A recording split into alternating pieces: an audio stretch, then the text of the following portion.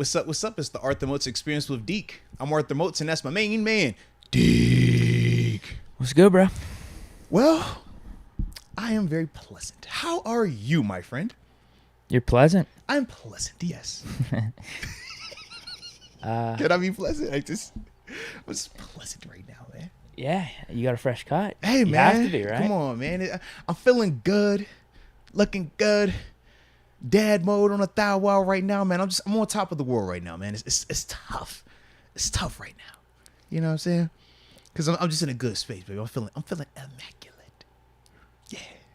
Wait, so I'm hearing two things. It's tough, pleasant. No. The reason why I say it's tough, you seen White Man Can't. Oh, that's right. You never seen White Man Can't. I have not yet. No. I forgot. Well, Wesley Snipes. It was a part of the movie where he's talking about how it's just such hard work making it look this easy. It's such hard work making it look this easy. I'm just leave it up there for you. You know what I'm saying? That was the reference to it. You know what I'm saying? But we there. So yes, it is very difficult at times because I'm just such in an awesome space right now.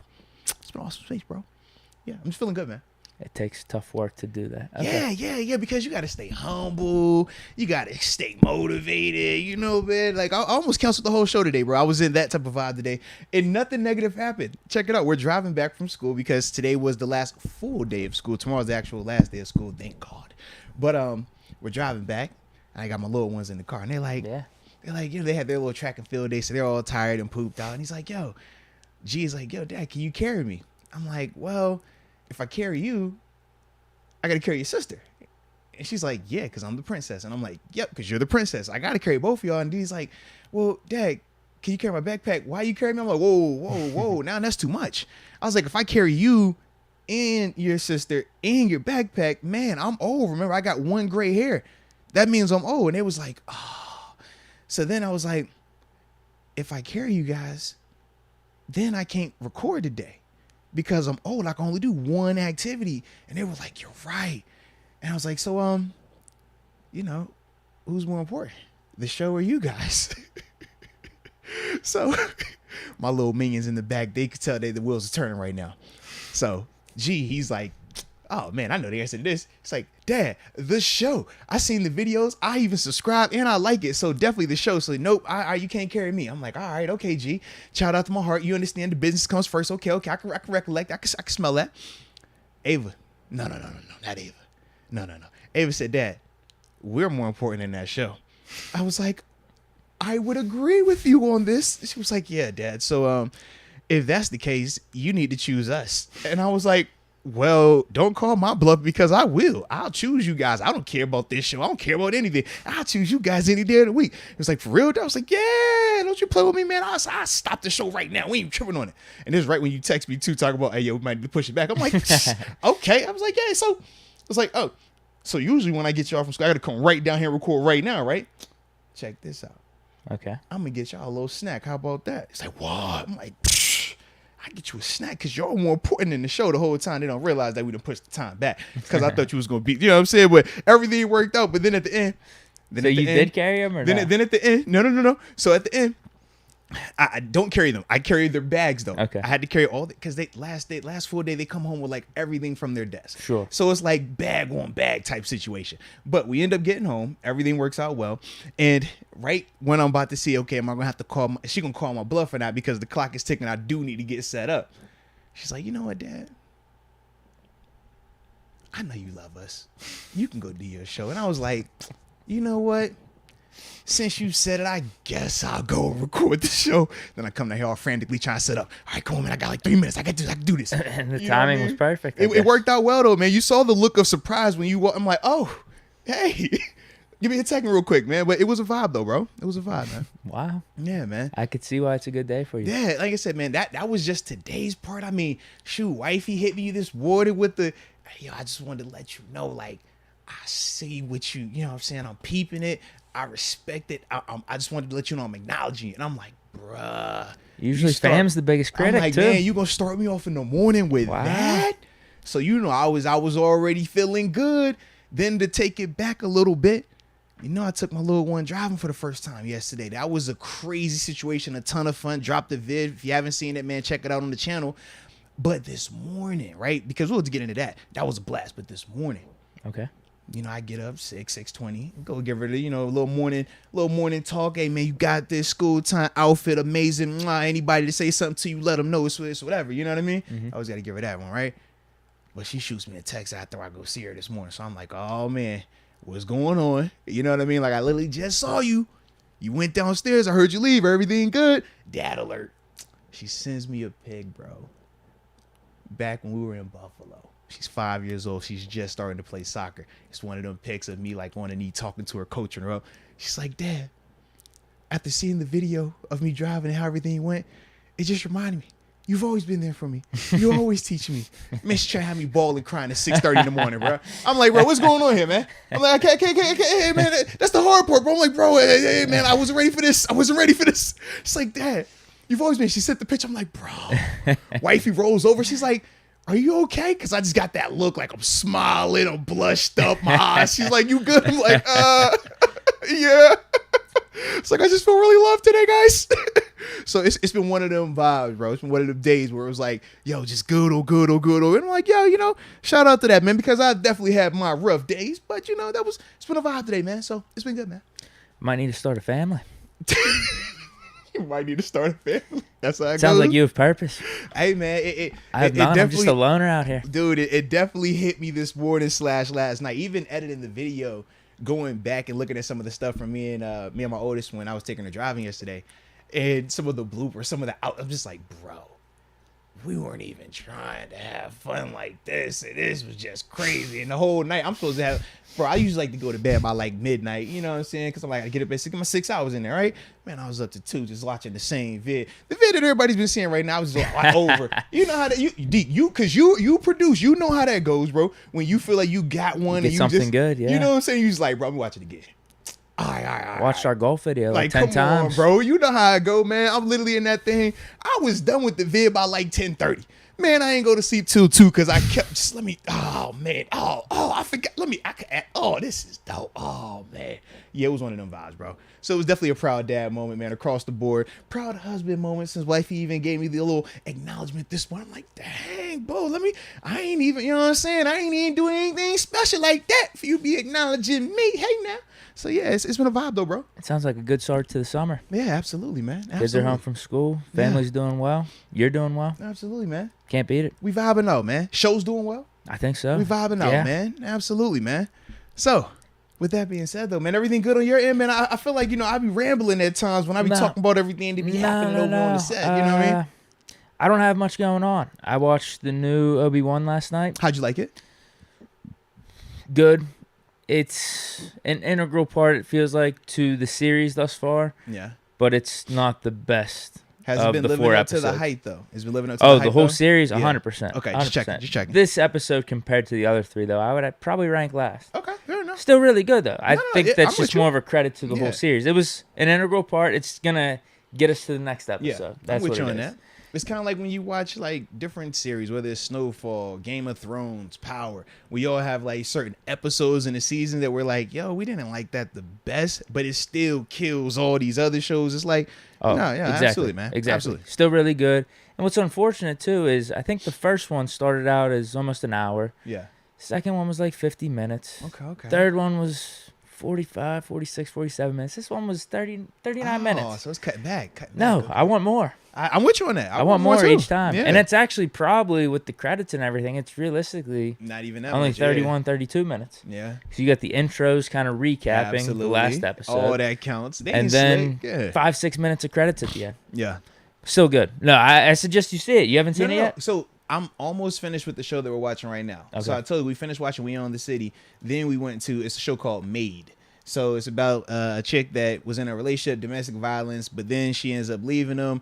And it's like the worst of worst. Like her parents were in domestic violence. One's a drug addict. Like, so she going through all type of Section 8, all the worst of the worst, like, case scenarios. So we're like, I think we got like 3 episodes left of that. And then we'll probably start the Obi-Wan, or at least I'll start that then. You'll probably have it on good timing then, because all 6 will be out. And you can just watch them all in a row. Because I hate having to wait. That's the thing.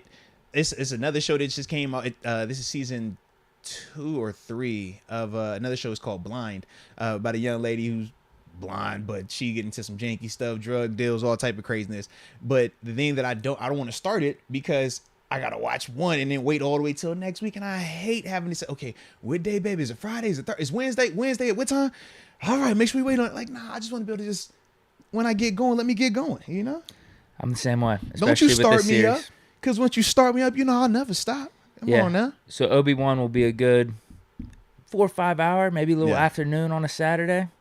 You and the fam. Yeah, man. Sit down and watch it. Bro. Get some popcorn. Get some dinner. Eat it. Yeah, I think that will be good for you. I don't like it either. I don't like waiting. After those first 2 episodes, I was ready for the third and the fourth. You get hooked, bro. But that's really it. Nothing too crazy. Yeah. I like it though, man. I like it.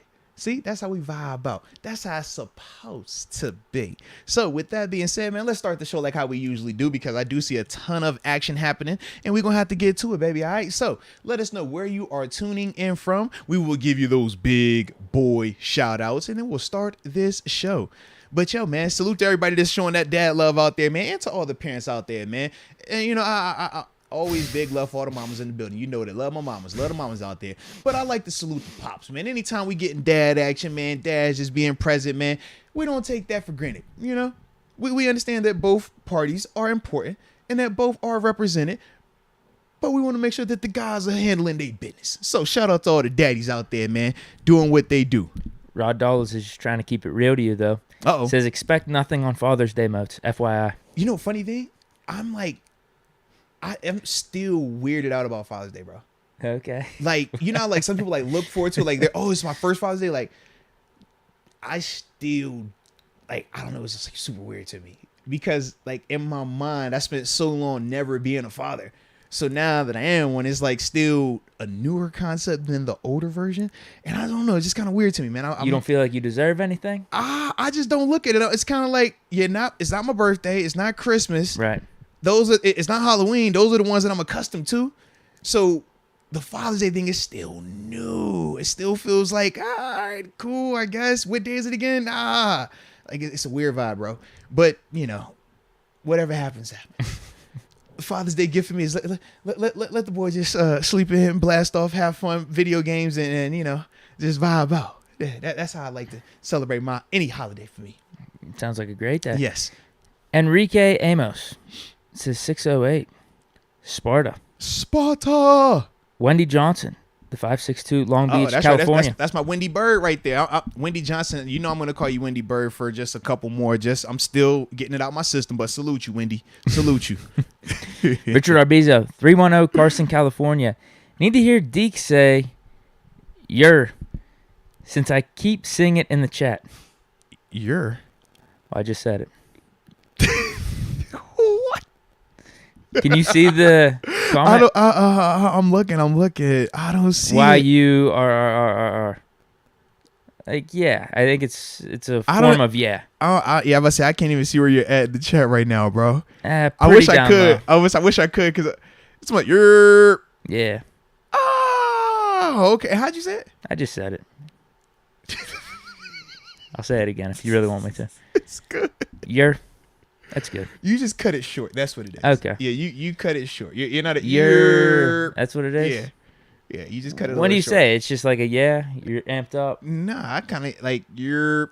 Well, I'm the way we use it. We say you're like with a P at the end of it, but we do that almost like as a green, like what up, no, you know, like that type of vibe. Like yo.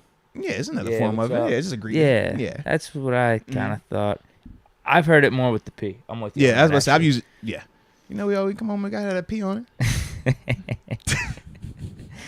We got Rod Dollars, 330, Youngstown, Ohio. There he go. Share a line, baby. Love it. Let me hop in here real quick, man. I think I got a couple. I got Joey Weaver, the 920 Manti, Wisconsin. We were in Wisconsin. I don't think we were in Manti, though. But it sounds cool. I would like to check it out one day. Jar W, you know, he tuning in from the 310 San Pedro, California.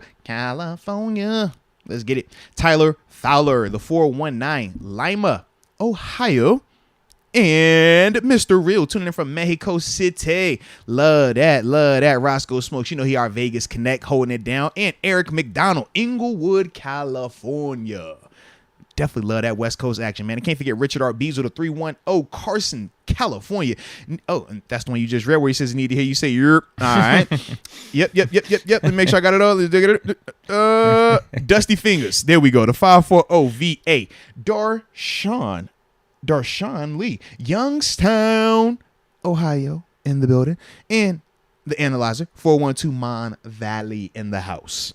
All right. I'll go 2, and then we'll go to the Super Chat. Sound like a plan to me, baby. Rarity Unlimited, 785 Kansas, and Stan Claire, 905 Toronto. Let's and go. While I'm at it, you know what? Holden, 92951, Riverside, California. Riverside. We got the Supers then. Let's get it. First one, AJ Martinez. What up, AJ? Great video of the driving class, Moats. Dads with daughters. Gives you the salute. Salute you, man. Don't cross the Moats driving school, baby. Officially open for business, man. I would have to say business is booming so far, man. I might need it. So the way I'm driving these days. Man, don't you do that, man. Nah, I see how I haven't seen, but flying through red lights, parking I was about to say the time it took for you to send me a text saying, "Hey, I might be a little bit late," and knowing that you had to turn around and go back to the crib and get back over here. That happened before. Okay, I was about to say because I sincerely do not know how you did that. Like. I changed the time. I was nervous. I don't know how you acquired such, yeah. So what happened was, were the cops out? Are the cops gonna kick my door and looking for you, bro? Because no. I'm nervous right now. The way you you backtracked and made it back here in less time than it would have took you to just come here the first go around. Like that's the part that's crazy to me, man. Like I don't know how you did that. Seriously. Here's the story. So I went back to get my backpack. I left the house. I was probably. Few minutes into the trip, 5 minutes into the trip, and I was like, but 5 minutes in Pittsburgh is different. I know. I'm about to say, traffic construction that's a meaningful. So whenever man. I went back to get it, I saw the time I was gonna be leaving my house, and I'm like, there's a chance I could be all right, where I wouldn't have to send a text. And with how the trip started, everything was going pretty smoothly. But as I got closer, I was like, you know what? If one thing goes wrong in these next 7 or 8 minutes, hit a light and you got to sit there for maybe 2 or 3 minutes, I'm going to be late and I'm going to feel like a jackass if I didn't let Moats know beforehand. Just to at least bump it back 5 minutes or something. So I sent the text. But as soon as I sent the text, I guess it was just good vibes or something I got from it. Good karma. Sent the text and everything went good for me on the way and made it. And 7 minutes later, you're knocking on the door like, bro, what up? I'm like, huh? And then we were sitting here with 3 minutes to spare. So it worked out. I'm like, I don't know how we accomplished this. I don't know what you did, what road you took. I was just out there on those streets. I know what them streets looking like. They ain't as smooth as like that for me. And maybe you had the juice today. I don't know, man. I think that's what it was. But typically, I must say, man, I'm coming back from the school. I'm like, bruh. It's bad out this way, dude. It is. My brother lives out here too. It's bad. And it's always some type of we're going to cut down this lane because we want to do this. And I'm like, why? What is the purpose of what you're trying to do right now? So yeah, I even was contemplating for myself. I'm like, all right, I know how the pickup situation goes. I know how leaving the school gonna go. I know I'm gonna hit some traffic on the way back. Maybe I gotta push this thing back on my account. But when we in the zone, man. Yeah, we in the zone right now. This isn't a super chat, bro. But I just gotta give some respect. Man, I think. Read it, bro. Let's Official go. Momentum says, you the chat guy, man. You. That's what, you know what I'm saying? Yeah. He said, "Hey, what's good? Arthur Moats and Deke, coming from Moon Township. Won't be able to do super chats today. Hope y'all love that story, though." Nah, facts. So we definitely enjoyed that story, man. And the positivity with it, man. It was dope. Across the board, man. It was perfect timing for our winning moment. I just feel like official momentum is always a big part of every show with the super chats. Definitely. If he can't make it today, we at least got to read what he's put out there. Come on, man. And show some respect, absolutely. And for any of the people, Jacob, that when y'all be like, yo, man, y'all only reading off these type of chats, don't blame me. Get on Deke. Deke is on chat. Deke, he looks at the chat. I do all the Deke is that's you know what I'm saying? It's a give and take. We got balance here, all right? So get on him, not me, on him. There we go. I just wanted to throw you under the bus. I'm sorry. Understood. At least I admitted it and I did it in front of you. You know what I'm just saying? Look at the Kellers, that they're highlighted. They're just easy. They stick out. I think that's what it is. Has nothing to do with the money, actually. I want to say, I just be over here just vibing, man. I wait till you say, hey, man, I can't find him anymore. I'm like, all right, let me go through and start looking, bro. AJ Martinez again says, sending my supers early. Busy as hell today. MLBs. So this was a controversial topic last podcast. Yeah. He says he meant middle linebackers from Monday. Oh, I was trying to be funny, super chatting behind the wheel at something. He's probably still super chatting behind the wheel because I don't know what the hell he's trying to say at the end of that sentence right there. S.L. S.L. S.I. S.I. I have no clue. Sending my supers early. It's been a lot of for Monday. I was trying to be funny. Super chat behind the wheel at stoplight. Maybe. At the stoplight. Wow. That's what it was. Good luck there. But yeah. Shout out to you doing it safely, though. Shout out to you doing it at the stoplight. I can respect that. Yeah, absolutely. Absolutely.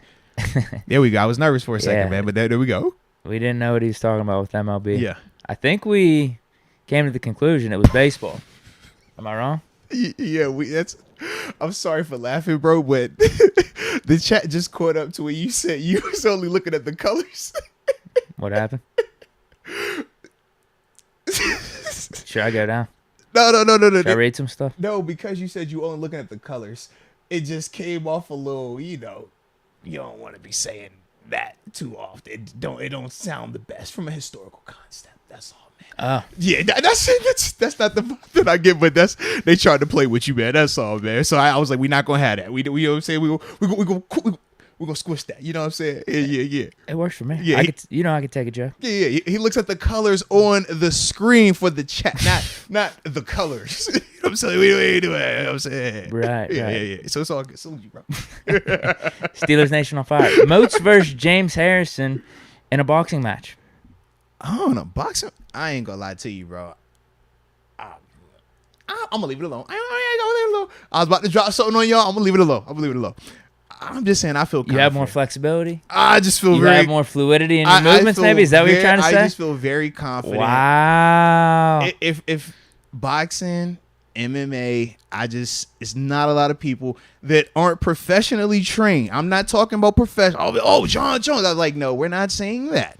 But in terms of like non-professionals, it's gonna take a lot to make me feel uncomfortable like that. That's all. Like, I know he's buff. Like, that's my dude. Love Debo. That's my guy. But he's a Derek Lewis type. You think? I ain't tripping on that. He'll take the hits, but he'll try to get you in the last round with the knockout. All says I'm not tripping on that, man. That's all. Like, love Debo. That's my dude. But it's just certain one. It's like, bro, because it's different. Like, football, that's one thing. When we talking hand to hand, I'm just saying, I like me. I like me a lot.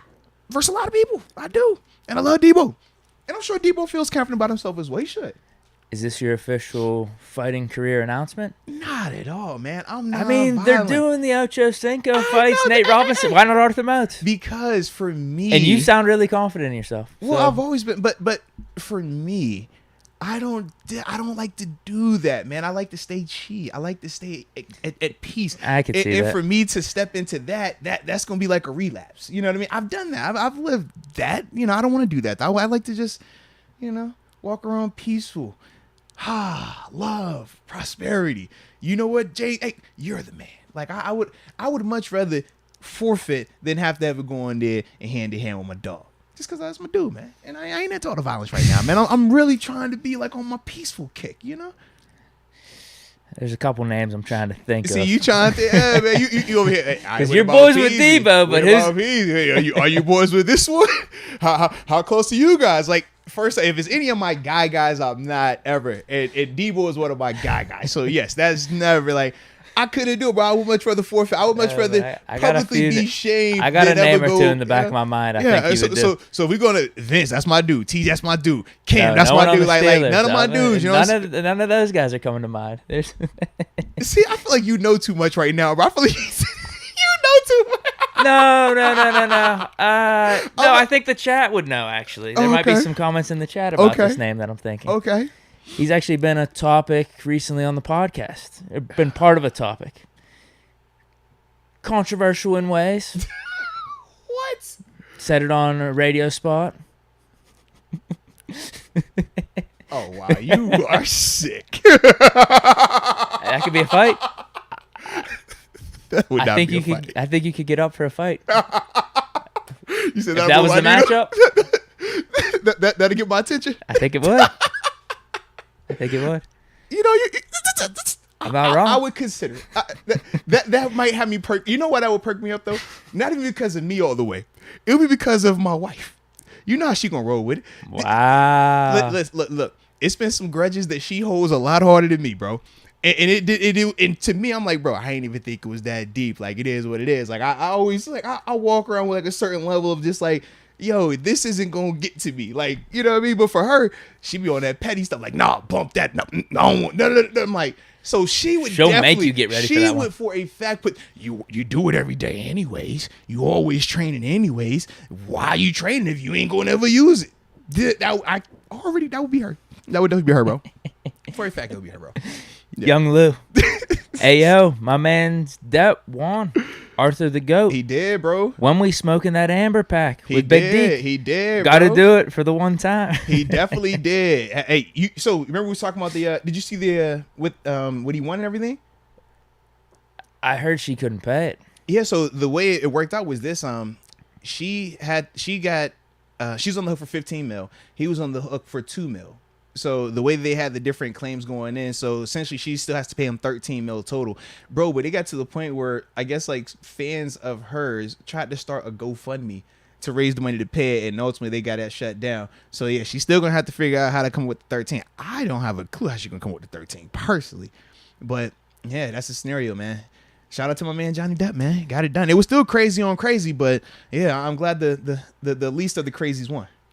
I saw a picture that he celebrated after. And Yeah. It was like a $65,000 dinner. Yeah, bro. You realize? Check this out. He's never been good with his money, But though. think about this: a case of that magnitude, where she was essentially trying to sue him for hundreds of millions of dollars. He wasn't even there when they did the reading, the verdict. He was on to out the country. I say, bro, you know how confident you have to be, how chill you have to be with hundreds of millions of dollars on the line, and you're not even gonna bother to show up in person. Oh my good, Deke. I didn't know any of this. Deke, Wow. yeah, bro. He was off the country. I'm like, bro, you are a cold brother for that. I couldn't do it. I'll be over there about to throw up on myself. Like, even if I felt confident, I'm like, nah, bro. Until they say me, I'm got my money, I'm good. That's a lot of money. Yeah, he was just vibing out, bro. It is. Yeah, Yeah. you just never know. And that's the one thing. Yeah, You never man. know how the jury's going to decide or how You the never verdict's know, going to bro. come down. But he was confident, obviously. Yeah. And it seemed like I wasn't too invested in this, but the clip or two that I would see on social media is, as time went on, it looked like his facial expressions got more and more confident. Yeah. In the Well, actual because he trial had more setting. and more people coming out and speaking on his behalf, ex-wife, just other big name important people going to the stand and actually like testifying on his behalf. That was like the real like nail in the coffin, so to speak, man. So that was it. On top of everything else that was already like factually proven. So Yeah. yeah. AJ Martinez, 22 Harris found his QB in Tits 10. Watch the interview. LOL. Ooh. I'm gonna have to see this interview. I have not checked that out just yet, man. Oh, man. Is he just talking Najee Harris at his locker? I might have checked this out. Yeah, he talked about whenever we signed Mitch that I think Mitch flew into Pittsburgh just to say what's up, meet everyone, then flew out for the rest of his off-season training. And I think Najee was saying, like, yeah, Mitch is a good guy. He was speaking very positive about Mitch. Okay. Yeah. Okay. And then he also talked about Pickett, too, in a positive way. Yeah. But I get what he's saying. Like, there was a sense that, That was his guy. yeah. Okay. Yeah, I get what he's saying. You'd have to watch it, though. But I guess he did meet him first then, though, right? He did. Yeah. Yeah, and there's Ain't nothing wrong with that. probably You just met- something to what you've been saying, too. Mitch probably feels like he has a better command of everything right now, being in the league for however many years. and- You watch him, he does. Yeah. He just, like I said, it's not even a skill-related conversation that we're talking about when we talk just the leadership part. Mitch has done this already. He, like, you don't have to speculate if this college kid, even though Kenny is older, in NFL eyes, he's still a kid. So it's like, you want to see him prove something before you hear him trying to lead you. We want to see, hey, man, I'm sure when Joe Burrow first showed up to the Bengals OTAs, it wasn't a debate who had a better arm, who was the most talented. It like was clear. In those cases, yes, it's easy for them young guys to come in and just lead. But the other cases, like, no, bro, you need to prove it to us. Like, we don't believe just because you was drafted. Most dudes don't even like draft picks because it's like, bro, you think you hot because you drafted, and most of us are either later round picks and we've had to do whatever to overcome it, and it's a handout to you. So it takes a little bit more time. Whereas for Mitch, he's already had to go through that. He did that in Chicago.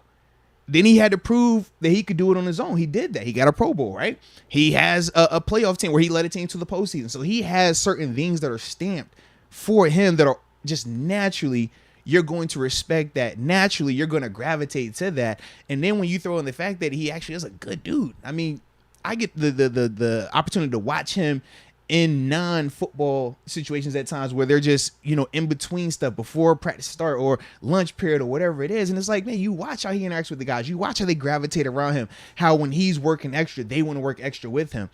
You heard even the Florida situation. That was his idea. It was him saying, hey, man, y'all come down here work out with me, man. We're going to do this together. Like, that's the type of stuff that you're not going to just get that connection with a rookie. You don't just get that day one. Whereas for Mitch, because he's had this time to do all that, that's why these guys are responding. That's why these guys are speaking so highly of him, man. He also had a funny comment talking to the media and kind of ripping on him a little bit. Yeah. He's like, you guys get on my nerves. You guys are basically making me sound like I'm Jerome Bettis out here with my weight. Yeah. Because people don't know how to take. You know how it go, man. You hear, oh, he's big, and then they just kept running. I'm like, bro, y'all got to stop. But yeah, they did pull up the comparisons. I saw that one of my brief social media days. It was like, yo, Jerome Bettis, when he played, was 200 and this much pounds. Najee says he weighs this much pound. Najee's bigger than Jerome Bettis. I'm like, bro, y'all got to stop this. But he basically clarified what you already said a week or two ago, the conversation he had with you and Wes of like, how much do I weigh? Yeah. And then you guys guessed.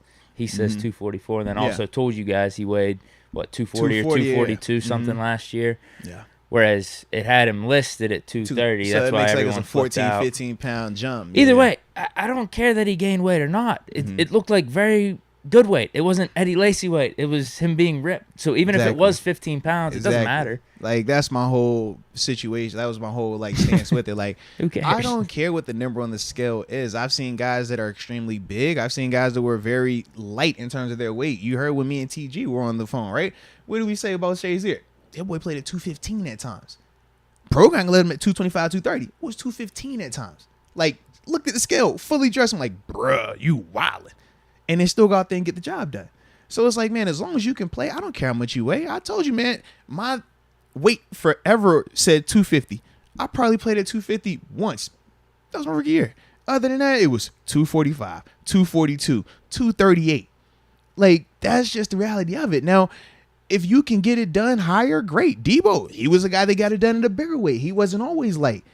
You can do either or, as long as it works for you. And that's the biggest thing with this thing. So as long as Najee is, confident and comfortable with what his plan is, with his nutritionist, man, until we see otherwise, until we see something that says, hey, you need to drop weight, I don't think you mess with it. And knowing Coach Tomlin and seeing how he handled L. Bell. I remember I came in 2014. That was right after his rookie year. And the big conversation all that offseason was, hey, keep dropping that weight. We want you light. We want you light. I don't want you playing that 225, 230 that you played at before. And the reason why he said it was because, it would make you a more explosive athlete. We knew with L. Bell, he wasn't the fastest guy. Shifty, but think about rookie year. It wasn't the same as when he came back that second, third, and fourth season. But that was because of Coach Tomlin getting in his ear telling him, you need to be lighter, lighter, lighter. With Najee, you watch how Najee is already running, how explosive he already is. It isn't the same feel. It's not this feel of, you need to lose weight to be a better, more athletic guy. It's like, nah, he's fine where he's at with this thing. So if he was at 240 and all he did was put on 4 pounds, to me, that's not significant. Especially when I'm watching him every day and seeing him move and saying to myself, he's a better athlete this year than he was a year ago. That's my whole, that was my whole stance with it, man. Yeah, it sounds like the best of both worlds. Yeah. He got bigger, more jacked, and he's more explosive. Absolutely. Sounds like a pretty good combination to me. And trust me, as a linebacker, I'm going to hate it regardless. You talking about bigger and faster and stronger? Oh, man, come on, man. That's a headache, Jacob Alessio, can we give Flores his respect for how he's handling this? Oh, yeah, 100%. Yes. Who's not giving him respect? No, without a doubt. Like, I'm loving the fact that with Brian Flores, man, you can not just feel it, but, like, when you talk to these players, like, I've had a chance to talk to, obviously Alex Highsmith, Miles Jack, Levi Wallace, Isaiah Loudermilk, all of these guys at some point in time throughout this OTA minicamp time frame have talked about Brian Flores intentionally. Go out their way, not even prompt, hey, man, what you thoughts on him? Is like, nah, man, like, we're developing this and this and this. We're loving this and this, but man, having Brian Flores like having an extra head coach. Devin Bush, I think he said that verbatim. It's like, yo, it's having an extra head coach. And it is a legitimate difference when you have a head coach as a position coach versus a guy who's only been a position coach. Their understanding, their viewpoint is just different. So when you talk about Brian Flores being there, you feel that energy, man. These guys understand what that extra set of eyes and ears is like. And also, the thing that I also like about Brian Flores being here is how, as players, and this is something that I was fortunate to experience just being in playing for multiple teams and obviously having multiple coaches. When you're with one place, and this is where you kind of like started at, or you've been there for multiple years, you start to wonder, hey man, when the coach says this is a good play or they like this, is it more so because it's convenient because I'm here and they know it's some type of safety net, or do they genuinely feel that that was good enough? They genuinely feel that, hey, this guy is a starter, he's good enough to help us win. Not, this is the only guy that we have available, so we're going to keep positively reinforcing that and hoping that he continues to play high. You know what I mean? Like, it just, you really deal with that. Like, man, is it for real? Is it not for real? Is it real? It's not for real. But when you get a chance to hear from outside, whether it's in free agency, whether it's you signing somewhere else, or in this case, you bringing in a Brian Flores, now that same compliment coming from an outside coach that's new, it means so much more because now you don't feel like this guy is biased. You don't feel like he has any reason to give you false confidence. He doesn't have a reason to blow smoke up your butt. If he doesn't think you're good and he's new to this team, he's going to say, hey, yo, you need to work on this and this and this. This is what I see. But when he comes and he's like, nah, man, I think that you're doing this well. I think you're doing that well. Now you're thinking, so, well, man, Coach T said I was doing that and that well as well. So you know what? All right, I'm going to dive into this even more. You know what? He said, I got to pick this part up. I do remember Coach saying that too. You know what? I got to do it for real now. Like, it's that type of stuff that really comes from having a Brian Flores there. And that's the thing that I do feel like at times it does get a little overlooked. You forget that part of just that reassurance from another NFL head coach, a proven guy. Because we saw what he did in Miami. We saw that. We respect the heck out of that. Coach. We definitely feel like he should still be the head coach. So for him to come here and be able to have conversations with Devin Bush and say, hey, you're doing this well, you're doing that well, that's going to help him. To hear him talk about this guy and that guy, that's going to help them. And as a whole, from the conversations that I've had with these players down there, especially on the defensive side of the ball, they all really, really do appreciate what it means having him there, man. That's awesome. Yeah. Let's go, UW. Man, Moats, the more stuff that comes out on Watson, I'm glad we didn't get him. Texans should be getting punished by the league. Did you see the New York Times? I think that's what he's referring to. The New York Times. Yeah, it says 60 masseuse over 17 months. The team was supplying a room and things like that for him at the road, NDAs and stuff. Yeah. So I'll give you we'll talk about it. All right, so check it out. The first part is this, man. I look at it both ways. I look at it one, and I can see, okay, yeah, where there's smoke, there's fire. The other, I can say, well, what was criminal? What was the mistake here? And we'll break down both parts of it just because we got a little time, right? Sure. So in terms of the bad part of it, right? You see the article, 60 masseuse, 17 months. You're like, bro, that's a ton of masseuse in a short period of time. You hear, hey, man, private rooms on the road. Whoa, what's going on in a private room? Why do you need a private room? You can't get a massage in the lobby? No, but private room. Whoa, what's that about? NDAs. Why do you need a non-disclosure agreement? What are you trying to hide? So from a perception standpoint, it does look a little risque. You hear, 23, 24 women now, civil suits. It does seem like, yo, what's not adding up here? I think it was 40 women that said it was misconduct by him or whatever in some of those moments. It's like, okay, yeah, man, something's not adding up here. I'm with you. That's that one side, right? The other side is the devil's advocate side where I say, okay, 60 masseuse, 17 months. Is that illegal? No, it is not. I say, he has the team provides him with the extra room for his masseuse.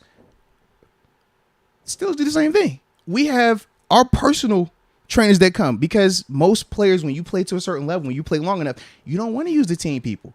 You don't trust them all the way. Even if you can have a good relationship, and I have a great relationship with our guys, it's still that level of trust of, are you trying to set me up to get me out here to get, management? Or, can I really trust you? So to get that out the way, you go with your private people. Well, the team isn't always going to want the private guy in there with the team personnel. So what they do is provide an extra room for you. And that's been at multiple organizations. Once again, not illegal. The NDA, still not illegal. And why players like to use them, I've even used NDAs. The reason is because whatever is said, regardless of if it's illegal or not, it's stuff that me and you talk about that has nothing to do with being illegal. But it's like, bro, if that ever got out, it would be an issue, right? And you know some of the stuff we've talked about. Sure. So the way you protect yourself, if you don't have a relationship like how me and you have, is an NDA. So that's why I was like, yes, on this side, is it janky? 100%. But is it criminal? Show me how it's criminal. And that's the hiccup. And that's why when I keep saying, hey, the grand jury, that's why my stance has been what it's been, is because until we see something criminal, how can I just fault this guy because it looks janky? If we're talking about a guy being sleazy, being shisty, being a greaseball and all that, yes, that's the guy right there, 100%. But if you're talking about him being a criminal, I think that's a difference. And that's the whole stance that I've taken with this situation. Good person, bad person, that's a different conversation. Criminal, we haven't got that just yet. Now, when we get something concrete, man, listen, I'll be the first one up here. Yep, that's what you're supposed to do. Get him up out of here. But until then, what is the purpose of due process? What is the purpose of the judicial system if we're going to crucify every single person that's just been alleged, just been brought up and mentioned in this situation? Because once again, this is not criminal. This is civil. Deke can go and file a civil suit on me right now if he wanted to. And he could get 10 of his buddies to go do the same thing, and I would have to deal with that. Even if I know nothing is true coming out of this thing, I would still have to deal with it. Publicly, my money, I would have to deal with all of it. But perception, people, depending on what you might allegate, perception, they can, hey man, crucify Moats. Even if I know, and you know. And that's where I'm just kind of like, bro, why do we have to be so quick to crucify? Let this thing play out. We've seen it play out twice now with the grand jury, and they both said no. So do we know more than the grand jury? That's why I'm stuck with this thing. And that's why I was like, I can see both sides of it. But is that criminal? Is it? Yeah, I think it sucks, but that's kind of why I'm at with it, you know? Yeah, you're right. Definitely there is the whole theory or the whole thought of where there's smoke, there's fire. Yes. And you're right. I mean, is anyone saying Watson's been a good guy over these last however many that. years? Because that's really not what we're arguing. Right. But, I mean, there's so many things at play because you're right with the civil suits and it's different, the accusations from the girls. That's one thing. But then you also have Watson, for the most part, denying it, right? Right. And then you have the New York Times doing this whole article. Yeah. I mean, there's been times where articles have been written where there's biasness to them. I remember with Dave Portnoy, the whole thing that came out with him, however many months ago, like they were trying to get him for they were trying to say the same stuff. thing. And it came out to be this whole farce. Yeah. And that was like a legitimate, I think it was Business Insider. No, so like they're considered a reputable thing. So it was. It's almost like, for me, I'm just like, I don't know.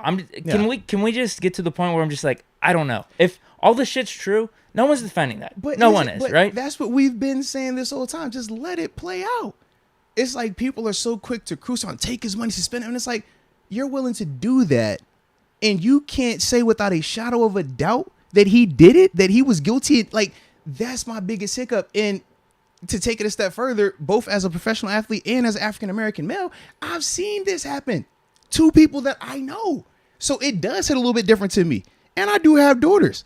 But to me, it's like, man, before I wrongfully convict somebody just because, oh man, they said that, I want to get the facts first, because I know people that are still sitting behind bars behind wrongful convictions. I've seen that. I've seen when they gotten released as well. I've seen that. And it sucks because there is no, oh, let's do a big parade for him. Oh, let's do the media parade and tell everybody that he's good.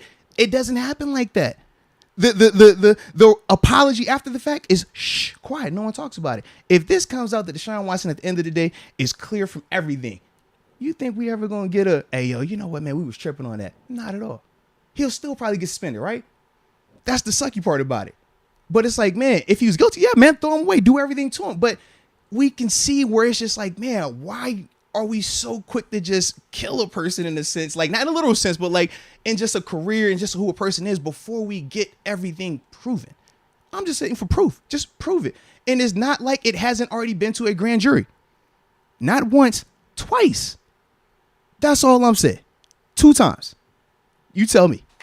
Yeah, because I do think there is legitimate reason to think there might be some big conspiracy around this too. Yeah. With him wanting out of the Texans, the timing of lawyer it. Come on, having bro. the Texans connection. Not saying that's accurate because we don't know. Like I said, we don't know. Let it play And the same out. thing, I'm not dismissing that I'm this not shit could either. be true. Absolutely. It We could don't very know, well be though. true. We weren't in the Missouri. Yeah. Was you there? I was not there. I was definitely not there. Did anyone call you afterwards? No. They definitely did not call me afterwards. I don't know anything. I'm just looking at facts. I'm just looking at what the information is that we know. That's it. That's it. I Yeah. do think the part of that he's saying, glad we didn't get him. I could see Yes, that. I Now can we see don't that, have absolutely. to deal with all Yeah, this stuff. because this would be a nuisance to handle. Yeah. I mean, whether he comes out and it's true or false, it just sucks to deal with this. And like we just said, even if it does come out and he's proven to be completely innocent and those chicks were lying, he's still never going to be the same. The Browns are still never going to be viewed the same because that's just how people are. I don't want to be mean about it, but that's just the reality of it. We're quick to crucify. We get real silent when we've proven wrong. That's just the nature of it. So, yes, would we want to have to deal with that? Nah. But at the same time, don't act like he still want to be the best quarterback, because that was my conversation. That was my argument the whole time. We're not going to twist them things. But yeah. All right, we got the King Herc. The King Herc. What up, baby? Shout out to the dad vibes. Yes, Love sir. when I help my daughter, also named Ava. Let's go, man. Shout out to Learn the and Avas in the grow. building. Nothing is better. Ain't nothing like it, man. Shout out to them Avas, though, man. Nah, man. That dad vibe, bro. It's an awesome situation, bro. I love it. Love it. And be a girl dad, bro. Me? No, I said, and I like being a girl dad. I got the contrast. I got my two ladies and I got my little man. Like, it's a vibe, bro. It's dope. I thought you were advocating for it for me. No. You know, I've already told him, like, yo, take your time, bro. You don't got to rush into this thing, bro. Take your time. Take your time. Steeler Nation on fire. Haven't talked about Marcus Allen as much. How's he doing out there? Man, Marcus, he definitely looks the part. I'll tell you that, man. I haven't seen anything crazy that's jumped off, but once again, like when we talk about these linebackers, man, I've been saying this in the sense of when you're talking coverage wise, great. Like it looks good when they move around. And Marcus is definitely one of those guys that does look good in terms of the coverage element. He's a former safety. He looks really good at times in the 7-on-7 element of it. But it's a difference when you're talking about putting the pads on. And right now, since they don't have those pads on, I'm only getting half the story with Marcus. Like, we need to see when them pads are on and you might have to play run or you have to take on a block or you have to make a tackle in this alley. That's what we want to see. We're not getting that right now, though. So that's the biggest hiccup with that part. All right. But in terms of how he's moving around athletically, definitely looks the part. Absolutely. The chat jumped on me. I'm at Jacob Malesio, just giving us some support. So I don't know. Oh, we're only two ahead. I got you. Okay, I got cool. you. We're not too far. All right. So Jacob also said, I just keep it real for the upper room. Yes, indeed. Yes, indeed. Salute you. And then Q pulls up and he says, Moats versus Coach T in a staring contest. Who wins? Coach T. It's not even close, bro. My man, I don't know how I'll be doing my radio show over there, bro. And he'll be like midfield and he'll just lock in. And I can feel it. I'll be like, yo, he's really staring. To you? Yeah, because it's like an everyday thing. The whole JMU Wainwright, like every day we banter, it's some type of trash talk, some Really? type of shot. Absolutely. Yeah. Because it's like, yo, it's already a dope relationship between us. But then we also have like the whole, we went to rival schools as well type situation. So it's like, first it's the, hey, crib, 7-5, you know what it is? Hey, man, we're back home, da-da-da. And then it's, you know, JMU suck. Like, yo, you know Wainwright, y'all still in the little boy league, right? Y'all in the little pool. We at the big pool. Y'all over the kiddie table. You know what I mean? So we did a whole bunch of that going on, man. That's my dude, though. So you got a weird dynamic with JMU right now because Yeah. you're a little concerned probably going up. Oh, already. Because you might be taking some L's, but at the I'm same time, already- whenever you want to talk Yeah. crap to the old rivals, you could just point down on Any them. of the old rivals, I'm like, my nose is up at you guys. We don't even. What channel do y'all come on? Because we play on ESPN Plus, ESPN, ESPN2. Like we're on that. Or you on one of them little Flow Sport, one of them little, got. So app you'll be only? on the new NCAA football game then. I hope JMU. so. Yeah. Yeah. I know. Now I dig at my. I know I'm calling at least one game for JMU right now. I'm doing the opener. Nice. We on ESPN Plus. I was like, what? It's like, let me find out, man. I'm behind. So I could even watch that. Oh, then. yeah. Come on. We 1A, bro. What you thought? You thought it was going to be like you got to use the app Nah, bro. We ESPN Plus. Come on, man. Check us out, bro. Do some illegal streaming or something. Come on, man. You know how we do. Jacob Malesio gave us some support. Already said that. Salute now we're ya. at Kyle Monier. Let's go. What's good, fellas? We getting #Momentum Monday soon. Y'all got jokes. All right, man. He been pressing for it. He's what did he say the one time? Yo, instead of calling TG, just call me up. I have my own little set, man. He pushing. It's good to see him having some support in the chat. Absolutely, absolutely. Hey, man, it's a movement now. It is. I'm gonna pull it up one day and see what the people say. Jacob Malesio, Moats versus Ryan Clark. Nope. And that's I never played with RC, but ultimate respect for RC. Man, when I first signed here, he was still with obviously he was with First Take, but it was like early on. And I remember like Tom was like, yo, man, I respect how you handle media while playing, because at the time I had never seen somebody doing like the First Take stuff like live. Remember, he was one of the first ones. Now everyone's doing it. Everyone does it now, but he was literally the first guy that I saw that was an active player with a reoccurring role. That was back when it was Skip and Shannon. I mean, it was Skip and Stephen A. That's like the OG. That was the GOAT lineup right there. Yeah, that was like, it was phenomenal, bro. It was phenomenal. It ain't been the same since, honestly, man. But I remember talking to him. I was like, yo, man, like, major respect, like that's dope. And then ever since then, I mean, obviously we keep, some type of relationship, and it's been times I reach out to him whether I have a question or when he's been getting, this new deal with ESPN, that new thing. It's like, yo, bro, salute, man. Like you are setting a trend. You are opening doors. I look at you the same way I look at McAfee. It's like, man, y'all give me a little bit of a pathway to figure this thing out of, I could do network and I could do my I can, do them a little both. Yeah. If y'all never showed that, I don't know if I start this and how we doing all this and the media stuff, because it's like, who would have given you that blueprint? But for me, I had them two dudes. So, man, I always salute them, man. Big up. So, once again, no, I would not go against RC, man. That dude's going to win. I'm gonna turn it up. Nope, you got it, bro. I would much rather turn it up. Like, oh, you got it, bro. You win. Michael Brooks, question about the run defense. How are last year's woes similar or different than when we struggled stopping stretch and other outside zones? How are last year's struggles similar or different than when we struggled stopping the stretch and the outside zone? Well, first off, from a football standpoint, you're just talking about like your 3 technique, right? So your 3 technique is how you would stop your zone runs, your stretch runs, right? You need a 3 technique before you even get to the outside linebacker. 3 technique is like your D lineman, where Stephon Tuitt would play, right? Penetrator, a guy that if that ball is coming this way, it cannot get outside that guy. As long as your 3 technique can't get reached, you will always have edge of your defense because he's going to pull that play up.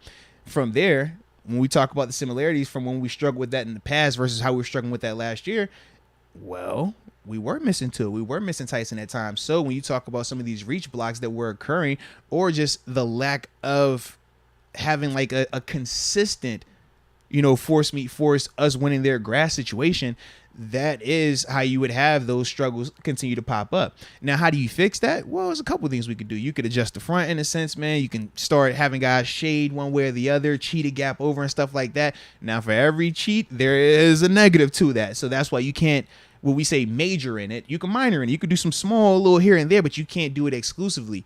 But the other thing that I would say is in terms of when we would struggle, not necessarily against the stretch, because I'm trying to think who were the linebackers then, but the other element in terms of why you were struggling against the stretch and why our defense was struggling last year against the run was linebackers getting downhill. Stretch runs, zone scheme runs, where you're going to get any type of, double, or you're getting 2 guys on one, even if they're not even hard double, if you got hands on them, your linebacker has to trigger. Your linebacker has to feel and come down to take that off to either ultimately free it up for that D lineman, or if the 2 offensive linemen don't come off of the D lineman, then that linebacker's going to run through and make the hit. But we talked about last year with Devin, with Josh, with Joe Schobert. We were like, man, at times they weren't getting downhill enough, right? Or they would get engulfed by a lineman. Well, if you're getting engulfed by a lineman, that means your D line is one-on-one. But outside of Cam, we didn't have a lot of guys that were just kicking butt, winning every single one-on-one block that they had. And that's the other part that you feel as well. Yeah. Michael Brooks, I don't know what he's talking about here. Is the fix easier or more difficult? Oh, in terms of because it's a follow-up question. Is the fix easier or more difficult? It's a little bit more difficult just because we don't have Tuitt officially now. But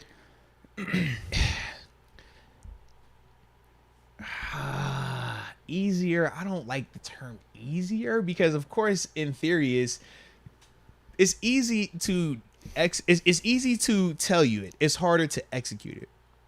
So to fix it, sure, you want a D lineman that's just gonna fire off the ball, flat back, inside hands, hot feet, can hold his gap. He don't have to be a playmaker, but just be fundamentally sound and consistently win his 1 yard of grass. That's how you fix it, because that's going to free up your linebackers. And then ultimately, if he gets any double and stuff like that, everything reacts accordingly.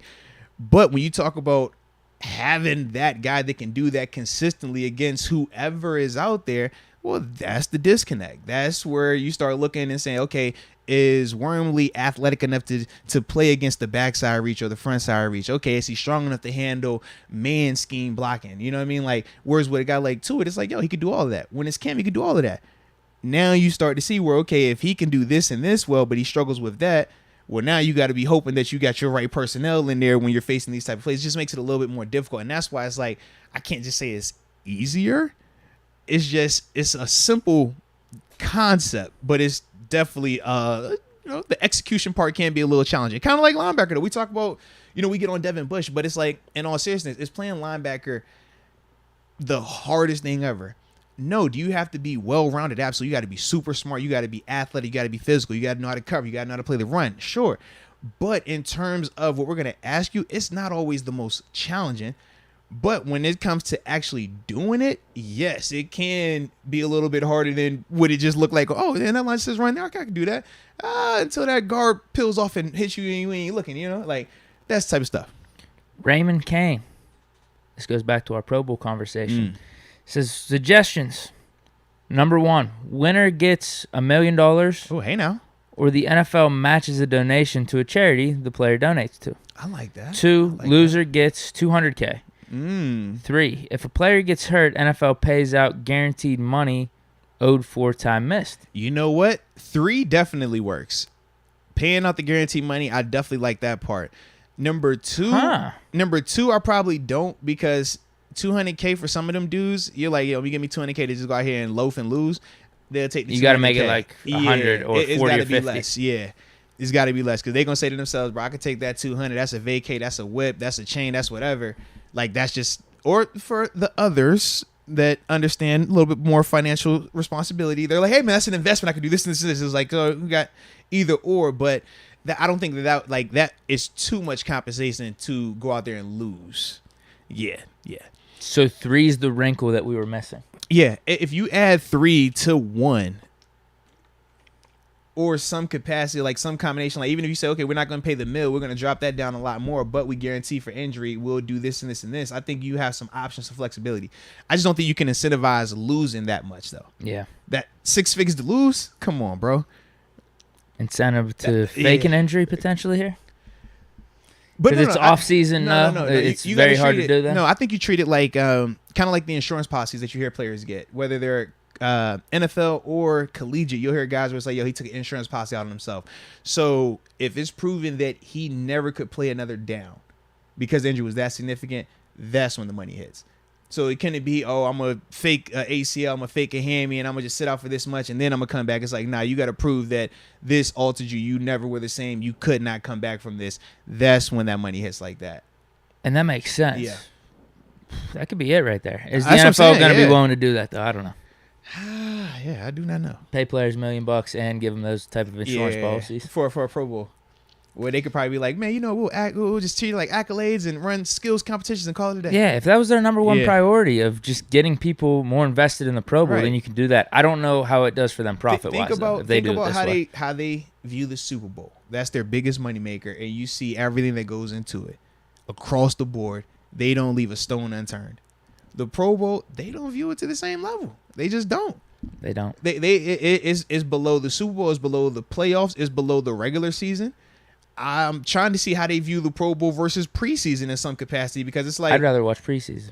I personally would as well. And I wonder, does the NFL kind of feel like that also? Because I still feel like they put more into just the coverage around the league during the preseason than they do on some of this Pro Bowl stuff. So once again, I'm just like, how big of a priority is it for the NFL? Because if it's not even a priority to them on that level, then I don't think they'll ever make any type of tangible changes. Yeah, I don't think they'll do anything to kind of incentivize those guys. AJ Martinez, JD number 1. I don't even know what that means. He's talking about JC Hassenauer maybe as the number 1 center. Oh, no.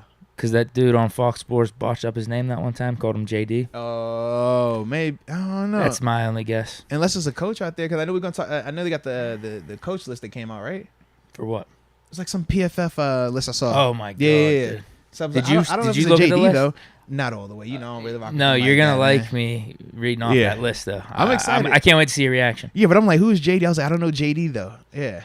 Well, he said he was trying to do some stuff while driving, right? Or he said he couldn't Oh, he's at the really stoplight. text Yeah. too much or do the super chat too much this episode. Right, So you're maybe right. that's just a pretty bad typo. Maybe. JD hashtag. Either one. way, we That's a appreciate lot. it. Now, Thank I'm you. about to say salute you, AJ. We gonna spend some time to figure this thing out, but we appreciate you though. Yeah. Calmonier, I got big faith in Mitch. I think he could literally lead us to a Super Bowl. But if he goes down and we put in Mason over Kenny, what the F are we doing? Shit Mason. I like the optimism with Mitch. Yeah, in the right situation, and he plays his best. Yeah, you can win with him. No different than we talked about the Niners winning with Jimmy G. We talked about Tannehill winning in Tennessee. Like we got models of non-top 5 quarterbacks still being able to produce and get the team to success. I mean, yeah, absolutely. He could definitely do it. And from what I've seen, that's not far-fetched. I can assure you of that. That is not far-fetched at all.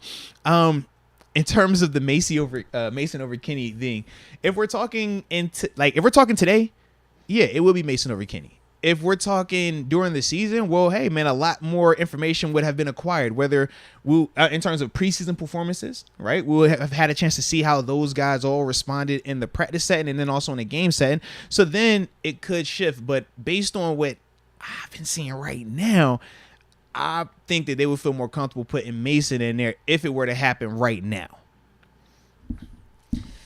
Yeah, I would feel like I would actually be devastated if Trubisky goes down and we don't put in Pickett. If we go QB1 with Trubisky, it's like, come on, bro. We just drafted this guy in the first round. Put him in over Mason, please. Yeah, but has he been performing better than Mason? Well, we'll find out preseason and all this stuff. But I'm just saying, up until today, has he been performing better than Mason? My sonar senses would say, yeah. I'm leaning that way. Okay, because you might be the only person that has been out there that has leaned that way. No. Yes. Don't tell it to Like, me. yes. In terms of... I did see Kaboli say, like, Yeah. I actually think Mason's been doing all right this He has offseason. been. I did see him tweet that. Yeah, I know. I talked to what's my dude? Chris Carter, man. He works. Well, shoot, man. He's been bouncing around now. He got a new job with was it Pittsburgh Today? And it's another spot he was doing some stuff. I know he has the Locked On Steelers podcast, but he's down there with me as well, beat writer covering this stuff. We all kind of feel the same way in terms of it's clear Mitch is number one. That's the clear part right now. But we all have been agreeing that Mason has been that number 2 guy in terms of the consistency and some of the stuff I was telling you about when we was talking about the throwing and stuff like that. And Kenny, you can see the talent. You can see that, hey, man, if it develops like it's supposed to, he'll be the best of the group, but it's just not there yet. So How quick can we get there?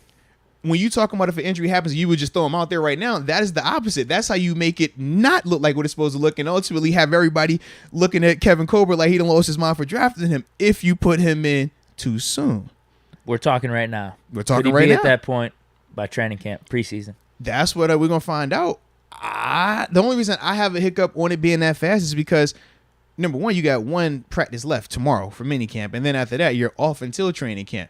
So, unless you fitting to have a crazy, Gotta work in the lab. Yeah, 24 hours. Like, I haven't seen that just yet. So, the next time we see him will be at camp. But once again, this whole period of once tomorrow is done to when training camp starts, you're not getting 11 on 11 action. You're not working with your teammate. You're not getting the full process of an NFL DB. You can work with receivers and running backs. You can work with a coverage out there, sure. But is it the Steelers? Is it your full 11 on 11? Is it what you're going to be asked to do come the season? So until you get back to training camp, you're still going to have a little bit of a learning curve. And for him, that's going to be his first NFL training camp. His first time seeing actual NFL defense, full speed, pads, you got to move, really be concerned. We got to see how he responds to that. We just haven't seen it just yet. But when you talk about just throwing a guy out there when he's not prepared, that's how you make it go the other way too fast and it gets really bad. That's all. At least from my perspective. That was Kyle Monier. Holy cow, did it jump again? AJ Martinez. Oh, hey now. Oh, here we go. Now we're good. Got a super chat ringing music to my ears right here. It says hashtag Super Sabotage 7 2021. Not cool. Hashtag bring back 7. You know. I know. I've been saying it. So today I was out there, and this has been happening now like pretty much every day I'm down there, Matt Canada, he's always out there early getting his walk on. And every time I see him, I just think to myself, I'm going to wave at you. But my friend, he probably want to go over here and punch you upside your head right now, man. Every time you be walking by, I'm like, yep. I don't think I would wave. I'm a nice guy in general, I don't think but Deke likes you, man. I'm a nice guy in general. I don't think I'd wave. He smiles at him like, Deke, he's not feeling you, bro. He does not like you at all right now. He was just part of the equation, though. I think it was ultimate organizational sabotage as well. I mean, it was Colbert. It was everyone was in on it. It's a shame. No, don't you slander Kevin Colbert, man. I gave him a hug day, man. It was great to see him. Don't you do that today, man. He was in on it. Don't you do that, man. Listen, I said, Mr. Colbert, you've done a phenomenal job. The way you handled last season was immaculate. I don't think you could have handled that transition any smoother than how you did. He says, Arthur, I really appreciate that. It wasn't the easiest. There's no way you said that. I probably did not, but I did show him love, man. It was a vibe. At least with Tomlin and Colbert, they have a track record where it's like, all right, this is a hiccup. Mm-hmm. I'm not happy about it, but yeah, who else can we lean on going forward? Well, with Colbert, I mean, he's retiring, but yeah, that's with Tomlin. I mean, who else are we leaning on? He's a pretty damn good coach, so I would agree. I'll trust him going Definitely forward. Agree. But with Canada, he doesn't have the track record where I should be giving him the benefit of the doubt. Mm-hmm. But unfortunately, he's all we have going forward as well. But the leash is way shorter with Canada. Fair enough. That's where I'm at right now. I'm with you. I don't want him to have a long leash. But, just give him a little room. Give him a little room, man. Just a little bit. Not a lot. Just a little bit. Caleb Cole, your thoughts on Claypool's interview today? Said he will be playing a lot more in the slot this season. Also taking reps. No, don't tell me that's true. Also taking reps at running back. Don't tell me that's true. I was going to wait till we Slot's fine. I was going to wait till we start the mini camp discussion to just give a little some of this. Yeah, so you've seen it. You can confirm. The slot's fine. I think the slot's kind of a good idea, actually. But the running back stuff, don't do this Ty Montgomery bullshit. No. Unless you think Claypool's going to be Debo for us. Who just said that about? Somebody else just said, man, they trying to be the Debo Sam. I forgot who it was. Here? Was it here? I know I just saw something They somewhere. could say Deontay due to contract, but... No. It was something like placed out like, yo, I think I could be a Debo Samuel type of guy. I wouldn't be used like that. It wasn't Landry. Who was it?